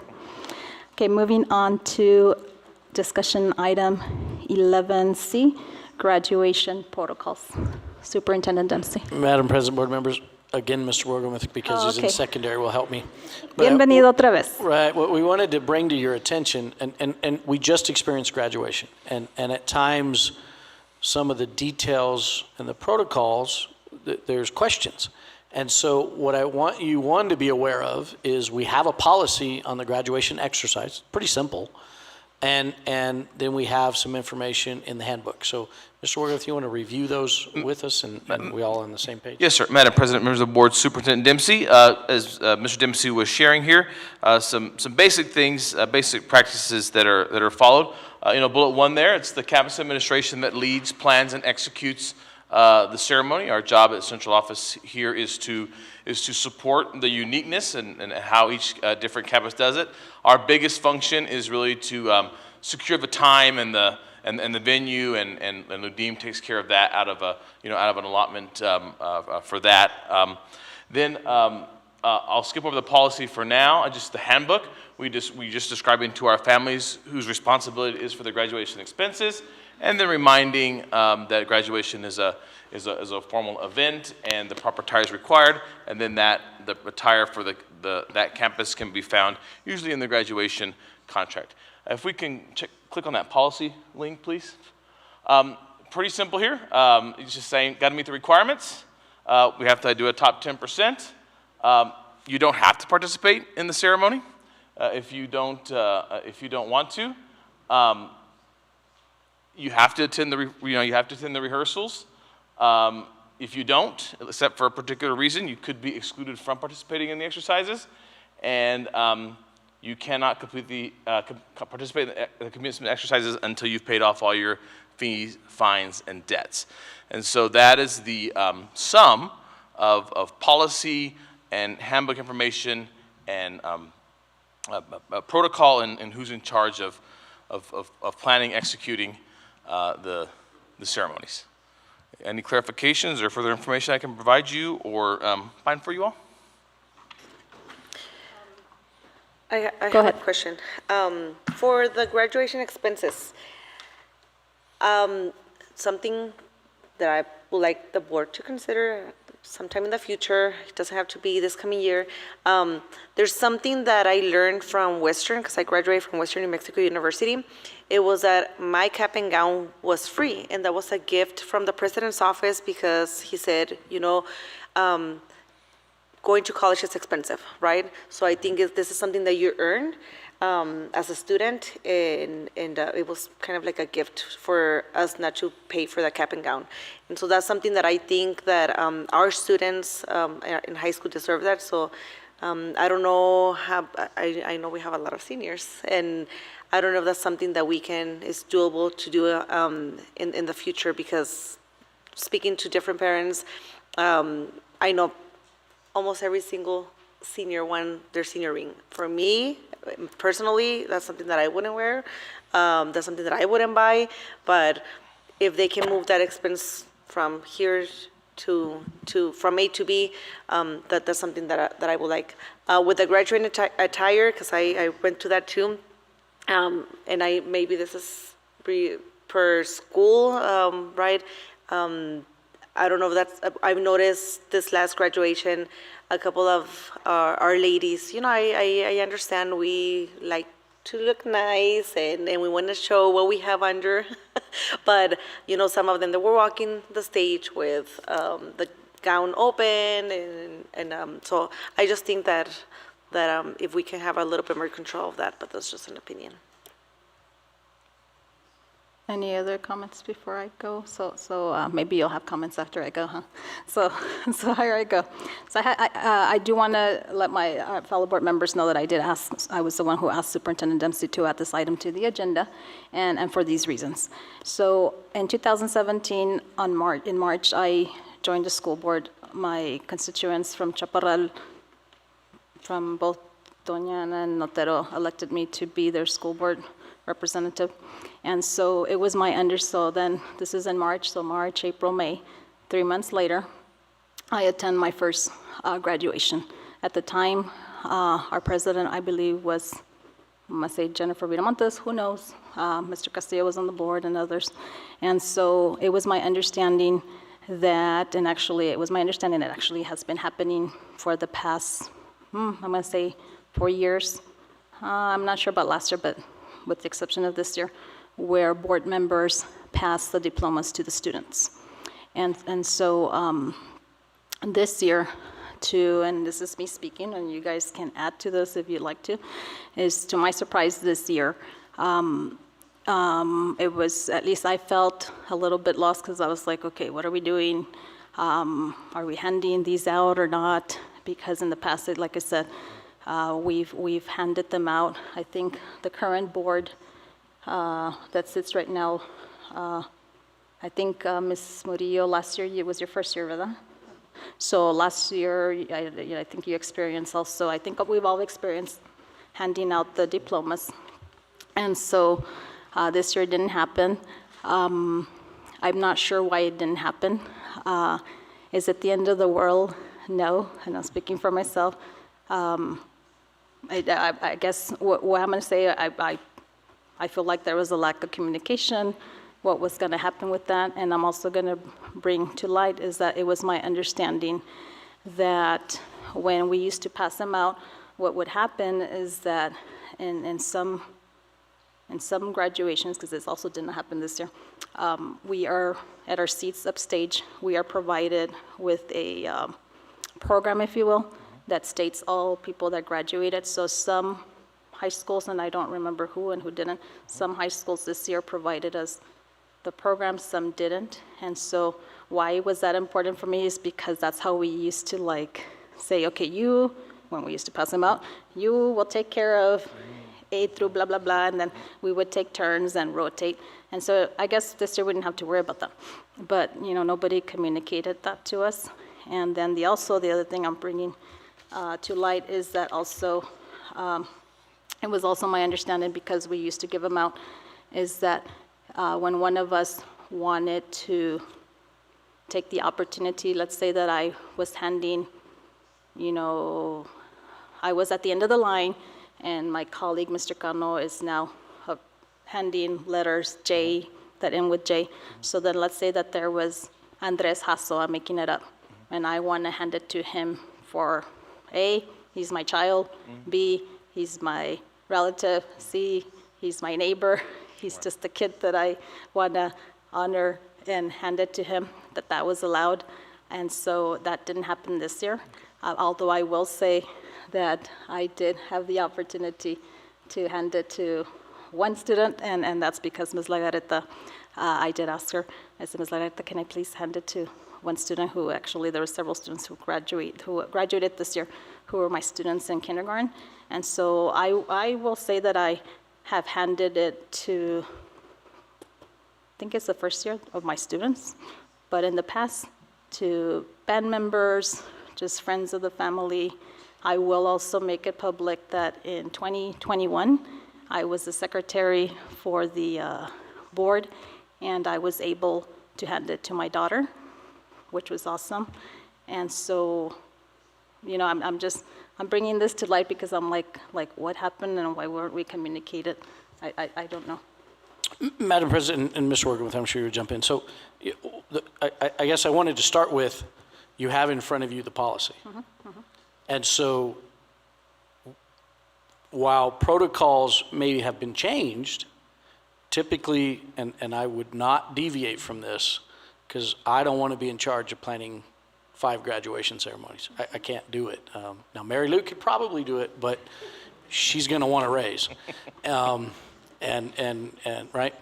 So I think what I would want us to share is, how do we want to proceed? And then we don't want to be in charge of graduation ceremonies. Give us your feedback. We'll then transition that information to our campus administrators. And at the end of the day, campus administration remains in charge of the ceremonies. And so that was the piece that I would just emphasize as we're doing this. And I understand levels of confusion. We don't want that. The other piece of this, and this is another component for Mr. Wogemuth, when we're working with event staff, they give us parameters. One parameter, and correct me if I'm wrong, Mr. Wogemuth, is they need 2 hours between ceremonies to prep for the next one. So, we started pretty early this year, right? And then we finished up. It was 9 o'clock before we were leaving, right? So if we can keep our ceremonies in a certain time frame, right, we can speed up some of our process. And I think we saw some things this year that, oh yeah, this went well. We could have moved this time here, but we didn't know, right? And so part of this is being, we want kids to honor. We want them to get their moment on the stage, and they want to move through these as quickly as possible, because at the end of the day, we have 800 kids that have to walk across that stage, right? So how do we make this work for everybody? And so there's parameters to it. It's not just as simple as saying, oh, well, let's have a graduate. There's tremendous, and I'm not saying you don't understand that there's a lot of planning that goes into these ceremonies. And then, Mr. Wogemuth, I don't know if there's some.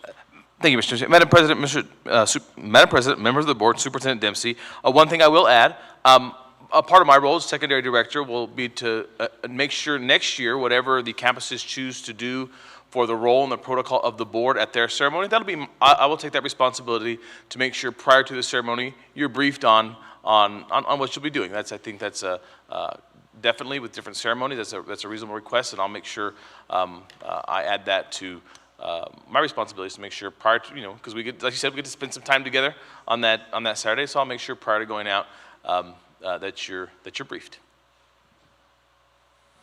Okay, just 2 comments. One, every graduation is different. Every school is different, and there's things that are really like this year.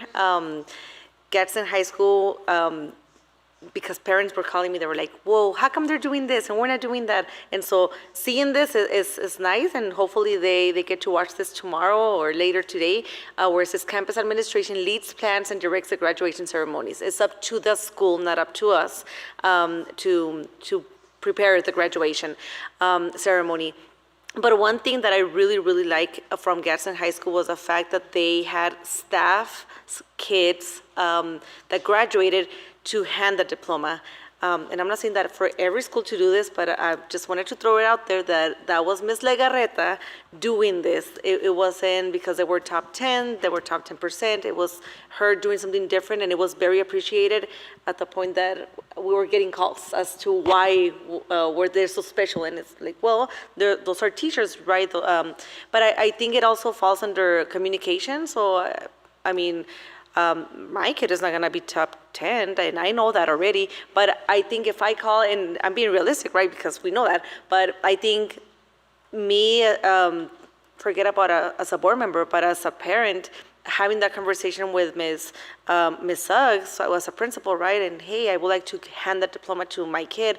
I think at some point we have some privilege, if I want to put it like that, being a board member.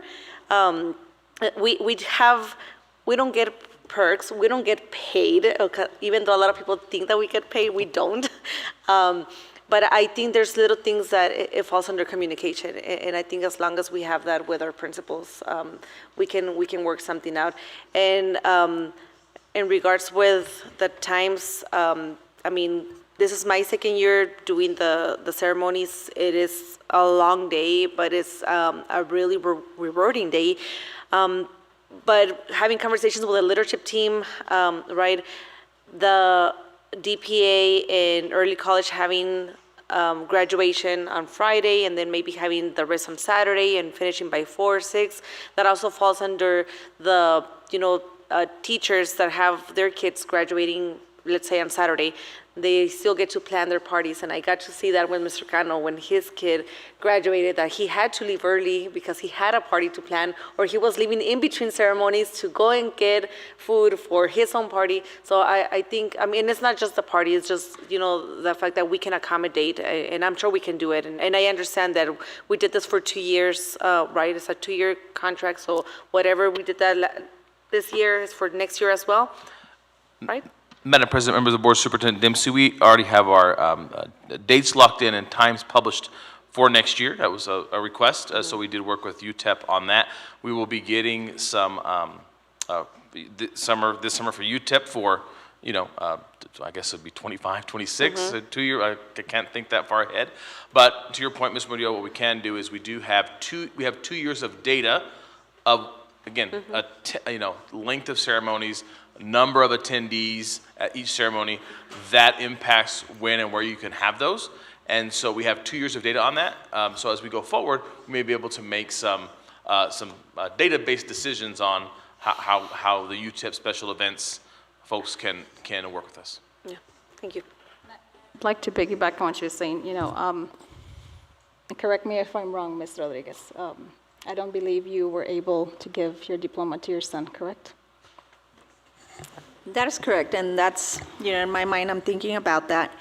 And though it is a privilege and it is an honor, I feel as a parent, I have the opportunity to do that at home. So it really doesn't make a difference in my eyes. It really doesn't make a difference if I hand him the diploma or not. I did not have the opportunity, even though it was my first year as a board member. It wasn't something that I was seeking, and I have one coming up shortly, and honestly, it's. And I don't mean to put you on the spot. I was just, maybe I did, and I apologize if I did put you on the spot. Why do I bring this up is because I don't recall what I was at the time of your son's graduation in this board. But I think why I brought that in, with all due respect, Ms. Rodriguez, is because there's been a culture in the board that these practices occur. And so what I'm requesting is because, and yes, I'm going to agree with her that being on the board has its privileges. We're not going to abuse of the situation. And so, when I do what I do, it's not for self-interest. It's for whoever in a couple of years I can choose to run or not run again. If somebody runs against me, go for it. If I choose to, I can be replaced. Something can happen, I can leave. And so, same thing with the superintendent. Years from now, we're not going to be here, and Mr. Dem, I'm not, you say, where are we going to be? But, that's a reality.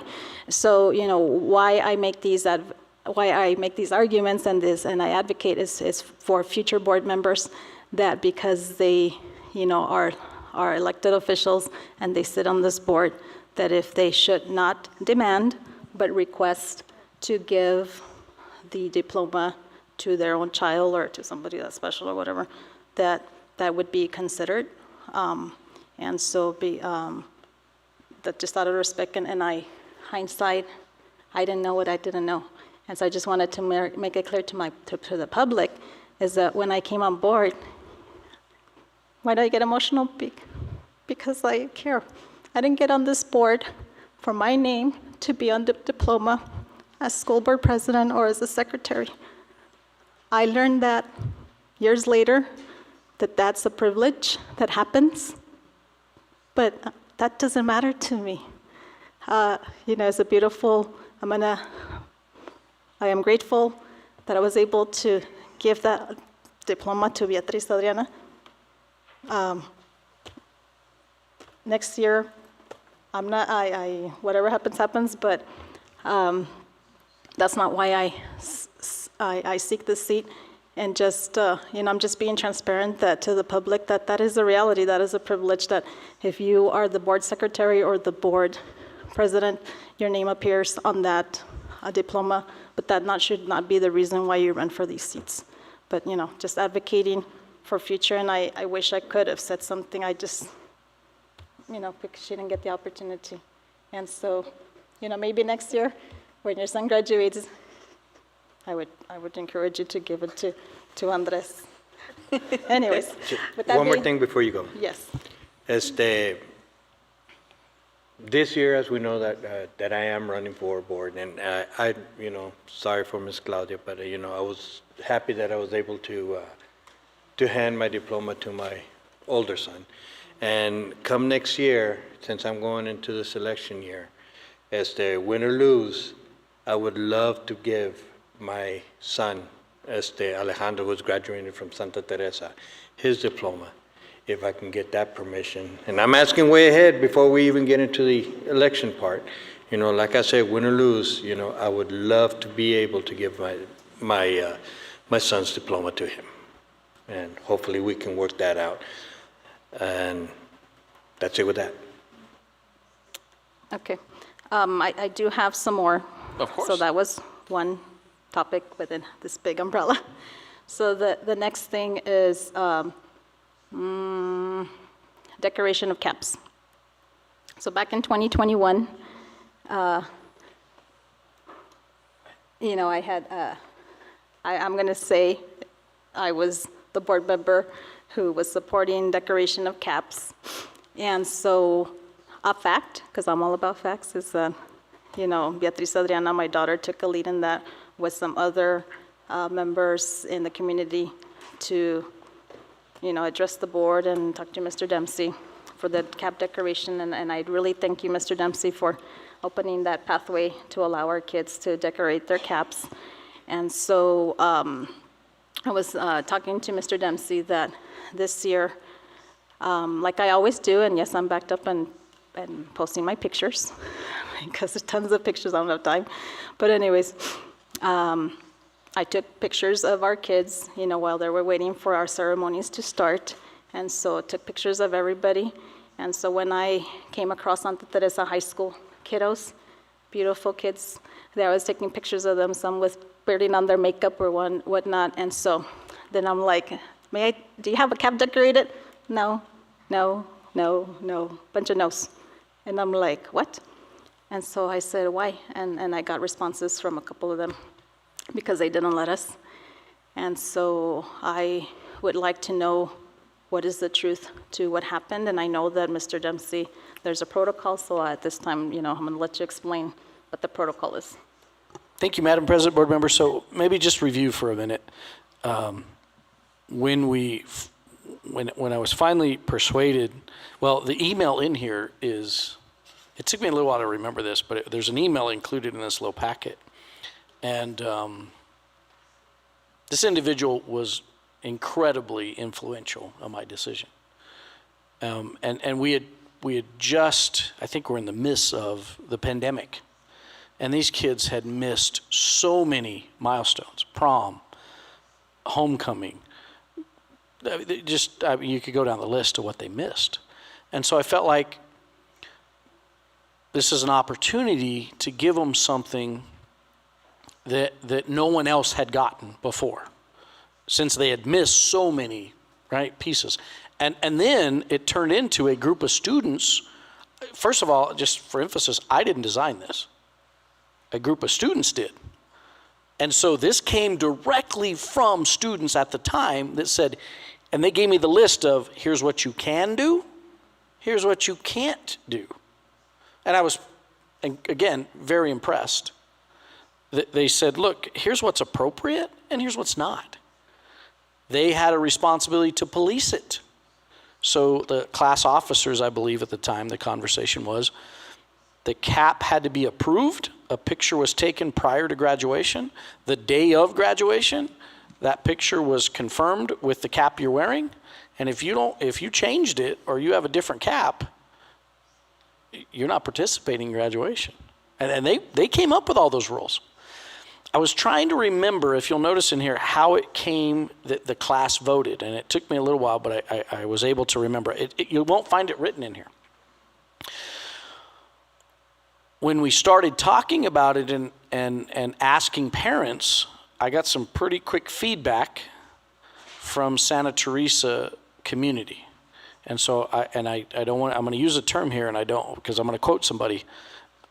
Actually, I'm going to quote multiple people, but I don't want anybody offended. But it was said to me multiple times. It might have been a group, you know how groups work together, right? They might have got together a little bit. But the statement was made, and this is a mother talking to me, and it came from other moms.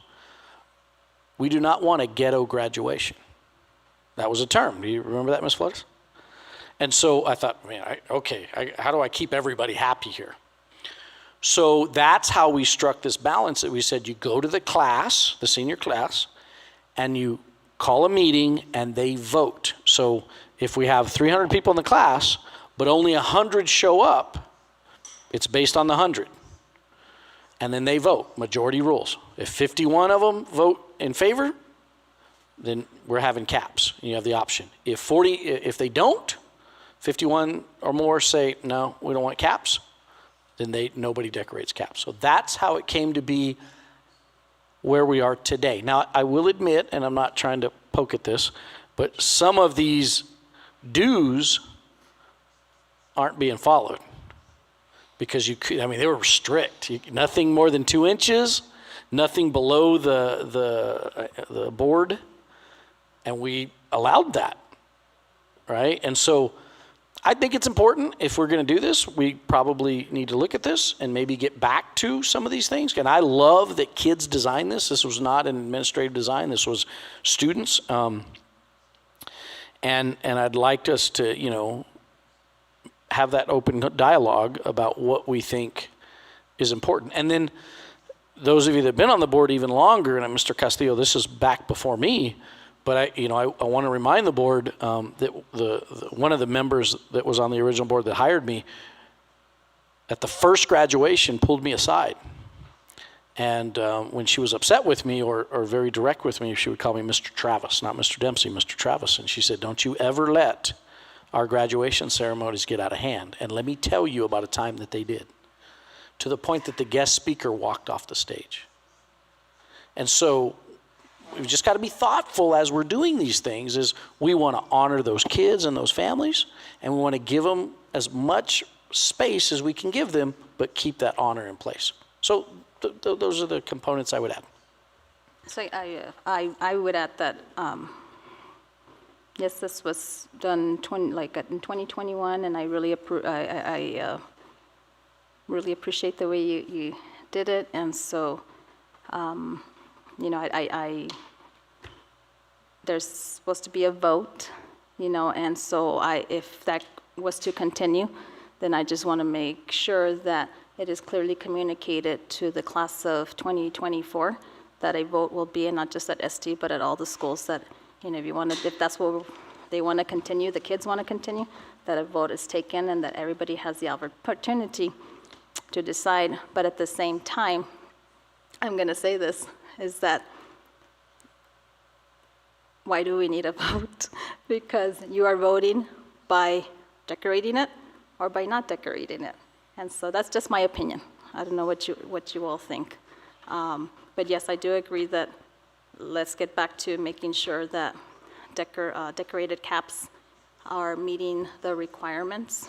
And I don't know if this would be led by our kiddos that sit on your student leadership team, or who knows, But any thoughts on the caps? Mrs. Mc. I think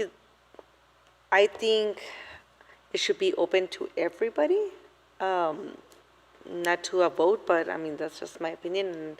Maybe only 5 out of 300 participate, right? But as a start, I did see lights, Mr. Dempsey. During this graduation, I saw some lights. And based on your comment, Mrs. Murillo, is that students, prior students advocated for their particular class, but for future generations, and so be responsible with the guidelines that you're given, so that you never lose that privilege to do that, because it is a privilege that could be taken away from you should you decide to abuse it or not follow the guidelines. So, yeah. Okay. here's another thing that I wanted to address. Okay, so I also observed at all the graduations, you know, you got your regalia, which is your mortar cap, and then your gown, and then some kids get to wear, depending top 10%, different color of gown, and then you've got your sashes, and then you got your cords. So I have a question. So how is it decided which clubs, after-school clubs, academic clubs get to award students these sashes and these cords? And why do I bring this up? Because our kids, you know, parents are choosing to live in our district. So they're blessing us with the opportunity to enroll their kids in our district, and we want to increase that enrollment, correct? You know, some of our students choose to be involved in after-school activities, some choose to be involved in athletics, some choose to be involved in CTSOs. And so I just want, my question is, which organizations or clubs get to award sashes and cords to kids? How are those purchased? And yeah, I have that question. Madam President, members of the board, Superintendent Dempsey, excellent question. So it varies a little bit from campus to campus. From the cost end of that, typically it's, unless it's something that's provided by Jostens, like Chaparral kind of has the little hoods everybody wears with the logo on it. Typically it's a parent expense.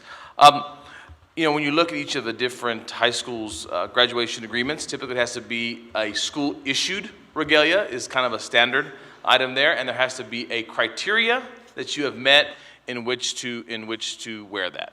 The most common criteria are things tied to our CTSOs and our outside the academics, and tied to our CTSOs is the main area, and your sometimes student council. So again, varies from campus to campus. My advice if a principal were to ask me would be to, whatever you choose to do, have a clear and objective criteria that everybody knows how they're going to earn the opportunity to wear this, and then be mindful of the kind of regalia that you are approving to be worn. In my experience in this district, starting many years ago as a teacher, there wasn't a lot of CTSOs, after school things that kids have the opportunity to earn regalia to wear. That's been increased over time.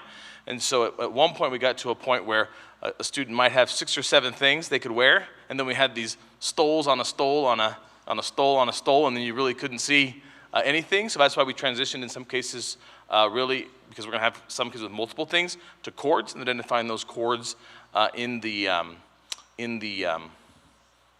graduation agreements. As a typical rule, we pins and other things on the gown. Try to avoid that, because oftentimes they'll use the gowns with their younger family members. Sometimes they'll kind of share them. So we encourage to keep the gowns nice and pristine. But when it comes to that, it's kind of again a campus to campus decision, a recommendation, a clear and objective criteria provided by the administrative team and the senior class sponsor. If I'm hearing correctly, it is not a sole decision by the campus administrator. It sounds like a shared leadership with the sponsor and who else? Madam President, members of the board, Superintendent Dempsey, typically the school administration and the sponsor really work together on how the ceremony is going to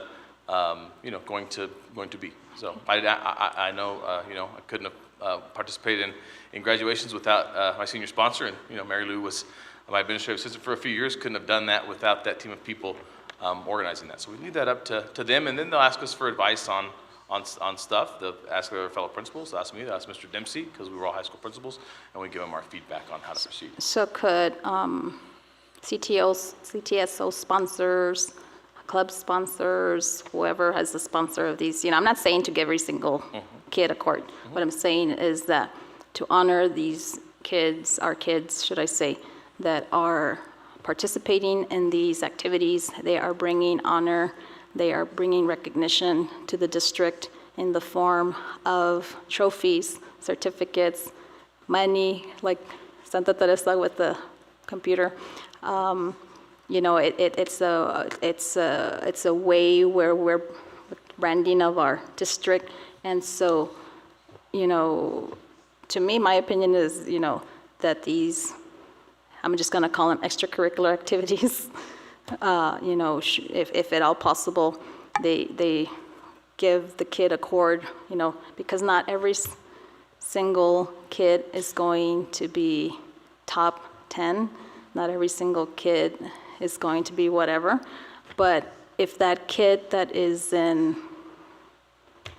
Mesa, for example, has been participating, I'm going to use Chaparral Middle School, Chaparral High School. I don't know if the Mesa Club gives a chord or not, or sesh, but they've been participating since middle school. We're national champions. They continue at the high school level.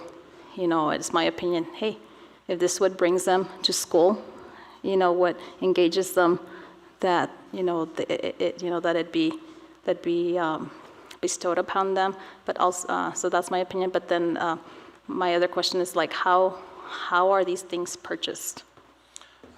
Madam President, members of the board, Superintendent Dempsey, typically, if it's a court, again, and I just want to state, we have, I believe, as a district, done a good job in expanding those opportunities. Again, clear and objective criteria, something that can be measured, repeated. You don't want to just do one-offs for, groups of kids. You want to have a kind of a pattern that you set for goals. Typically, those are paid for out of, if it's the club, an organization giving it, the student activity funds. Depending, other occasions, it can be the principal's operational fund that does pay for those for the school issued cords and regalia. Okay, and then regarding regalia. How do I want to ask this? So I did see also sashes that look like a sarape. And then you'll see also, and then not just in our graduation, I see them everywhere. And so, where you might have the American flag and the Mexican flag. And so I personally don't have an issue with that, and also including sashes where movements are being acknowledged. And so I just think we also have to be very careful with that because, I would hate to see somebody say, you need to remove that because of a movement, or you need to remove that because it identifies your cultural identity. I don't know, that's just my opinion, but where do we go with that? Because everybody wants to, identify with their culture, their language, their beliefs. How are we handling that? Because it's a sensitive issue. Thank you for that question. Madam President, members of the board, Superintendent Dempsey, again, at this time, the regalia that is permitted at a graduation, that's again determined by the campus administrator. And right now, our guidance that is out to all campuses is it needs to be something issued by the school as a reflection of an accomplishment as a school activity or event. So that's how it's, that's how we handle that. Madam President, what I might add to that is I think in general, this is a generalized statement, but I think our campus administrators are doing a really good job of managing it. Mm-hmm. And if they feel like they can manage something, I would suggest let's let them. Mm-hmm. Now, I will tell you, because I was a principal for a lot of years, the easiest thing to do, I'm not saying this is the right thing to do, but I'm saying the easiest thing from the campus administration is no. Mm-hmm. Right? Mm-hmm. I mean, without question, the easiest thing to do is no. Mm-hmm. None of it. Right? So when we're looking for our campus administrators to be flexible and to allow some freedoms, I actually think we're headed there. And okay. I wonder if we just let it continue to evolve, we don't get to the place that we really all want to get to anyway. Mm-hmm. Right? And I'll add a piece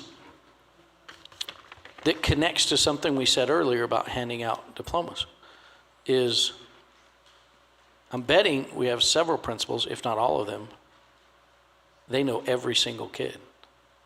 So they want to give that mm-hmm. kid that diploma as much as you want to give that kid that diploma because mm-hmm. they're connected to that child too. I can recall one graduation, and you guys will.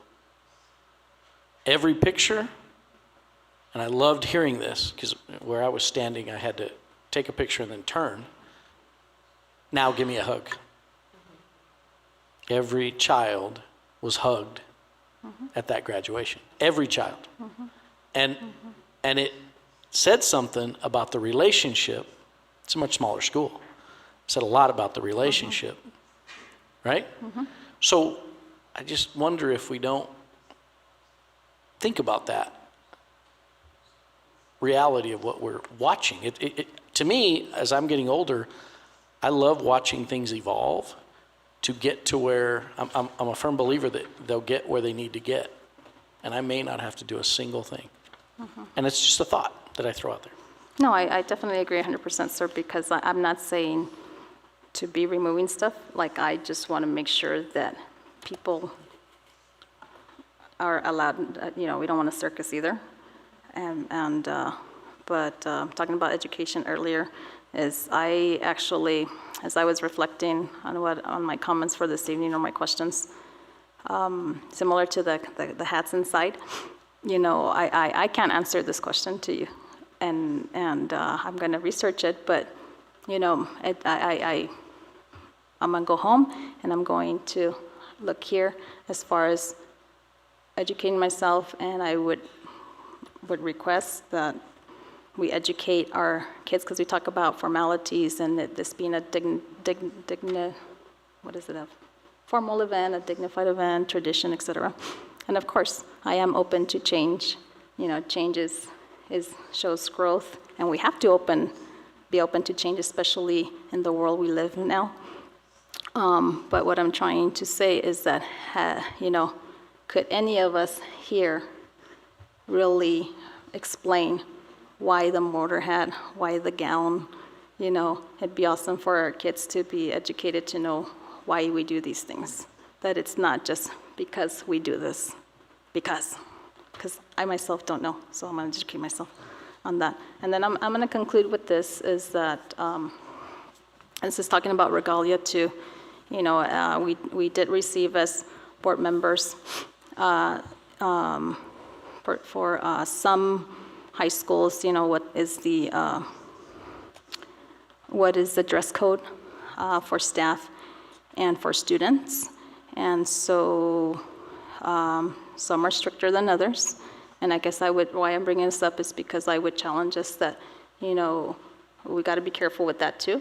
And I'm just going to bring you an example, is the day that we have a Native American or somebody from another culture that is non-Hispanic, or the cultures that we have here, when, the day we have a Native American, because we see it, I see this big time in universities, they wear their Native American regalia and they wear their shoes. So if we were to have a student graduating from one of our schools, and if they don't meet that criteria, we're not being inclusive.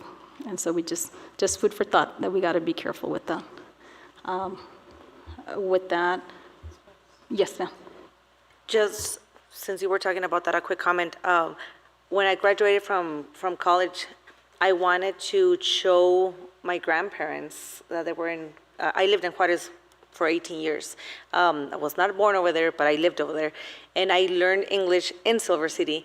And one of the things that I wanted to show them, it was how proud I was of being Hispanic, and that I graduated because of my grandma. She passed away 2 months after I graduated, and I wore a zarape. It is illegal in Mexico, and I'm very offended when I see students wearing the flag, or when they're sewing the flags, the US and Mexico flags. That's, for me, it's extremely offensive.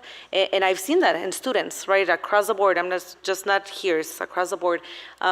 So that's the meaning of the zarape, because I have heard, and I was asked, how come you had the zarape in one of the high schools? If that was not permitted, I'm like, I'm so sorry, but I am very proud of my culture and being Hispanic, and it has the year when I graduated, and that's the same zarape that I will wear when I graduate again with my master's. I will just add the year on the top. But I think when you're talking about education, it's educating our students as well, that is, it might be legal here, but it's not legal in another country. And if because I was asked, hey, in this school I saw that they sold the USA with the Mexico flag, and one of the students was wearing it.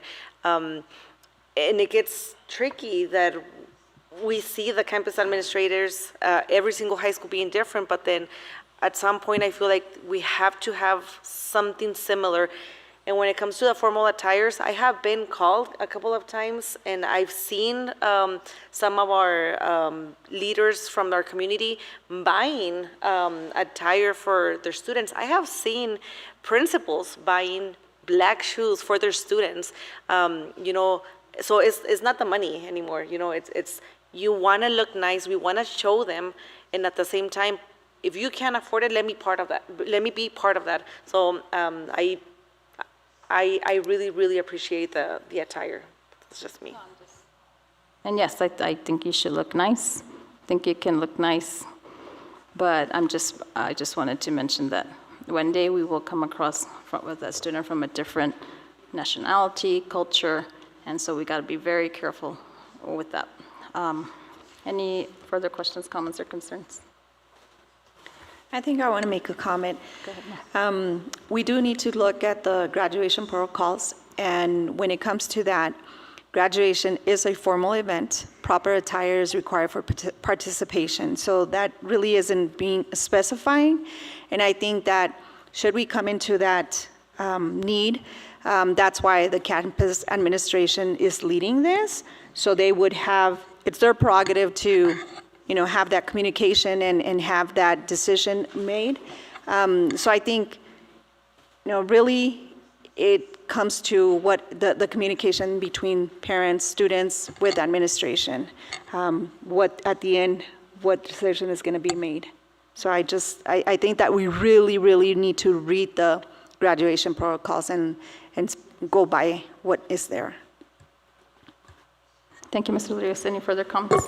Is there any way, Mr. Wogelman, sorry, is there any way that the incoming seniors that we have coming in for 2023, 2024, as soon as they start registering, get a copy of this, and also get a copy of this, and then again, they're toward the end, so that way their parents can't say that they weren't informed in regards to, I mean, we could even probably even throw in the percentage, the top 10 percentage, and maybe help them and aid them that way, so as the situations like, you know, that we've had this year come up. Madam President, members of the board, Superintendent Dempsey, I've already had some discussions with Mr. Dempsey regarding that, kind of a beginning of the year, I don't know, orientation for a variety of things for seniors and other students about, you know, like I said, ranking and graduation attire. Typically, the schools will review their graduation contracts or agreements annually to tweak them about, you know, based on, you know, what happened last year and whatnot. And usually the goal is to attempt to make sure everybody gets those by the end of the first 9 weeks. So that is already something that we've been talking about. Any further discussion? Okay, thank you, sir. Welcome. Okay, moving on to discussion item 11D, Gadsden High School Training Room Roofing. Superintendent Dempsey. Madam President, board members, Ms. Vela is going to help us with this, the next two items, I believe.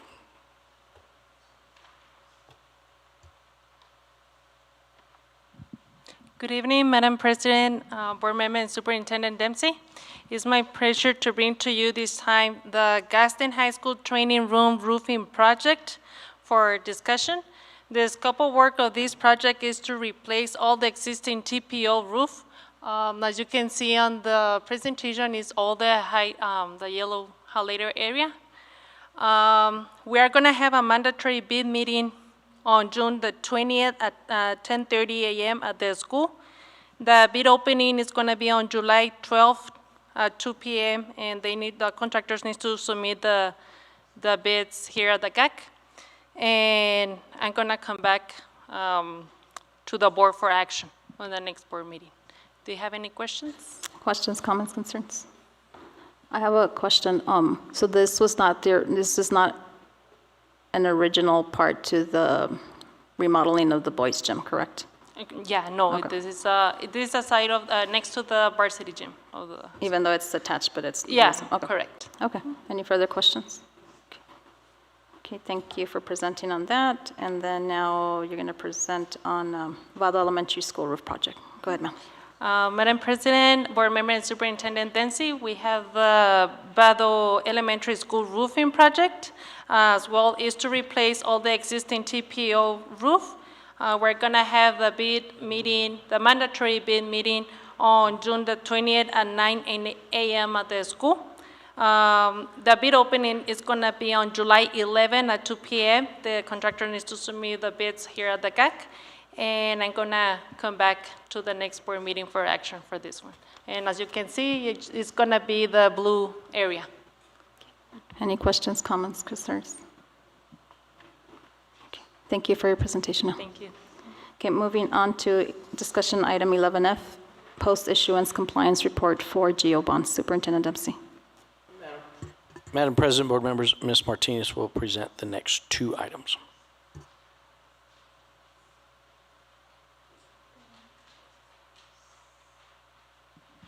Good evening, Madam President, members of the board. I bring to you for discussion the post-issuance disclosure and tax compliance report. As you can see, we currently have $41,840,000 in outstanding principal GO bond debt as of May 2023. The district is in compliance with compliance disclosure and tax compliance requirements. At this point, I'll take any questions, comments. Any questions, discussion? Okay, thank you, ma'am. And then moving on to item 11G, monthly budget report for the month ending April 30th, 2023. Ms. Martinez.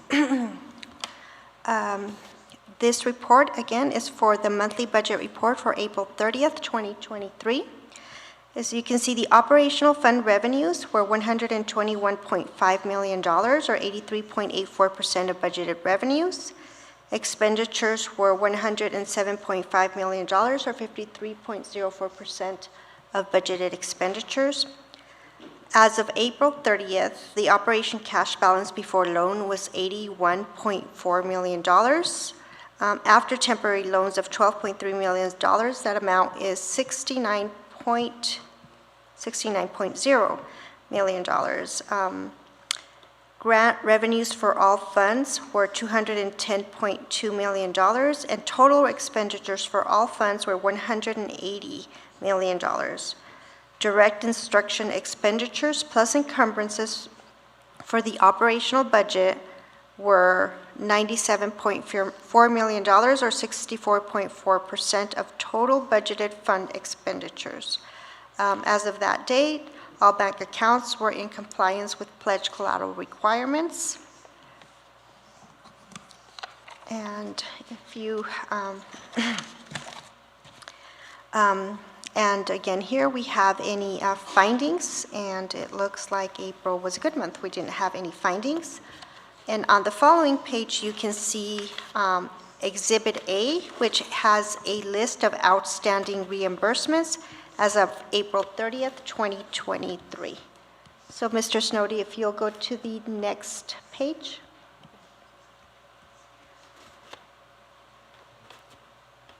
There we go.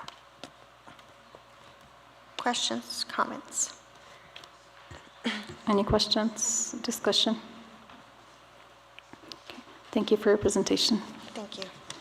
Okay, and then moving on to upcoming board meetings in advance, just a reminder that our next regular school board meeting will be taking place Thursday, July 27, 2023, and we are all reminded that deadline for us to request any topics to be added to our next agenda will be July 17, 2023, and then also that we will please let Ms. Delgado know if you will be attending the NMSB Leadership Retreat, which I believe this evening we all committed to attending that because we're going to have a retreat, so that way Ms. Mary Lou can get paperwork started on that. Sure. Go ahead. Had we not decided that it would overlap with our next board meeting, July 27th? Madam President, board members, I do believe, and I think that just went out this week, I think our next regular board meeting is actually July 20th. 20th, okay. Yeah, and so Thank you for the correction, Mrs. Rodriguez. And so that deadline I'll get to you, it's 8 business days prior to the deadline of the date of posting. So I'll have to adjust that deadline for you. And then I just wanted to let my fellow board members know for 12B, I and Ms. Delgado and Mr. Dempsey know is that I won't be there on the 13th. And I was going to ask our Vice President, Mrs. Rodriguez, if she would sit for me and represent me on the Board of Directors meeting for that day. And she'll be joining Mr. Castillo. Of course, she can't vote, but at least she'll represent and take notes, if that's okay. Anything else regarding our upcoming board meeting and events? Okay, with that, we move on to item 13. Do I hear a motion to enter into closed session? I'll make a motion that we enter into closed session, limited personnel matters pursuant to 10-15-1H-2 of the Open Meetings Act and MSA 1978 as amended for superintendent and associate superintendent's report on employees on administrative leave with pay and employee grievances. Okay, Mr. Castillo has made a motion that we enter into closed session. Ms. Delgado, can you please take roll call? Mr. Cano? Aye. Mr. Castillo? Aye. Ms. Flores? Aye. Ms. Murillo? Aye. Ms. Rodriguez? Aye. Okay, that motion passes. We are now in closed session. Folks, have a good evening. Thank you for joining us this evening.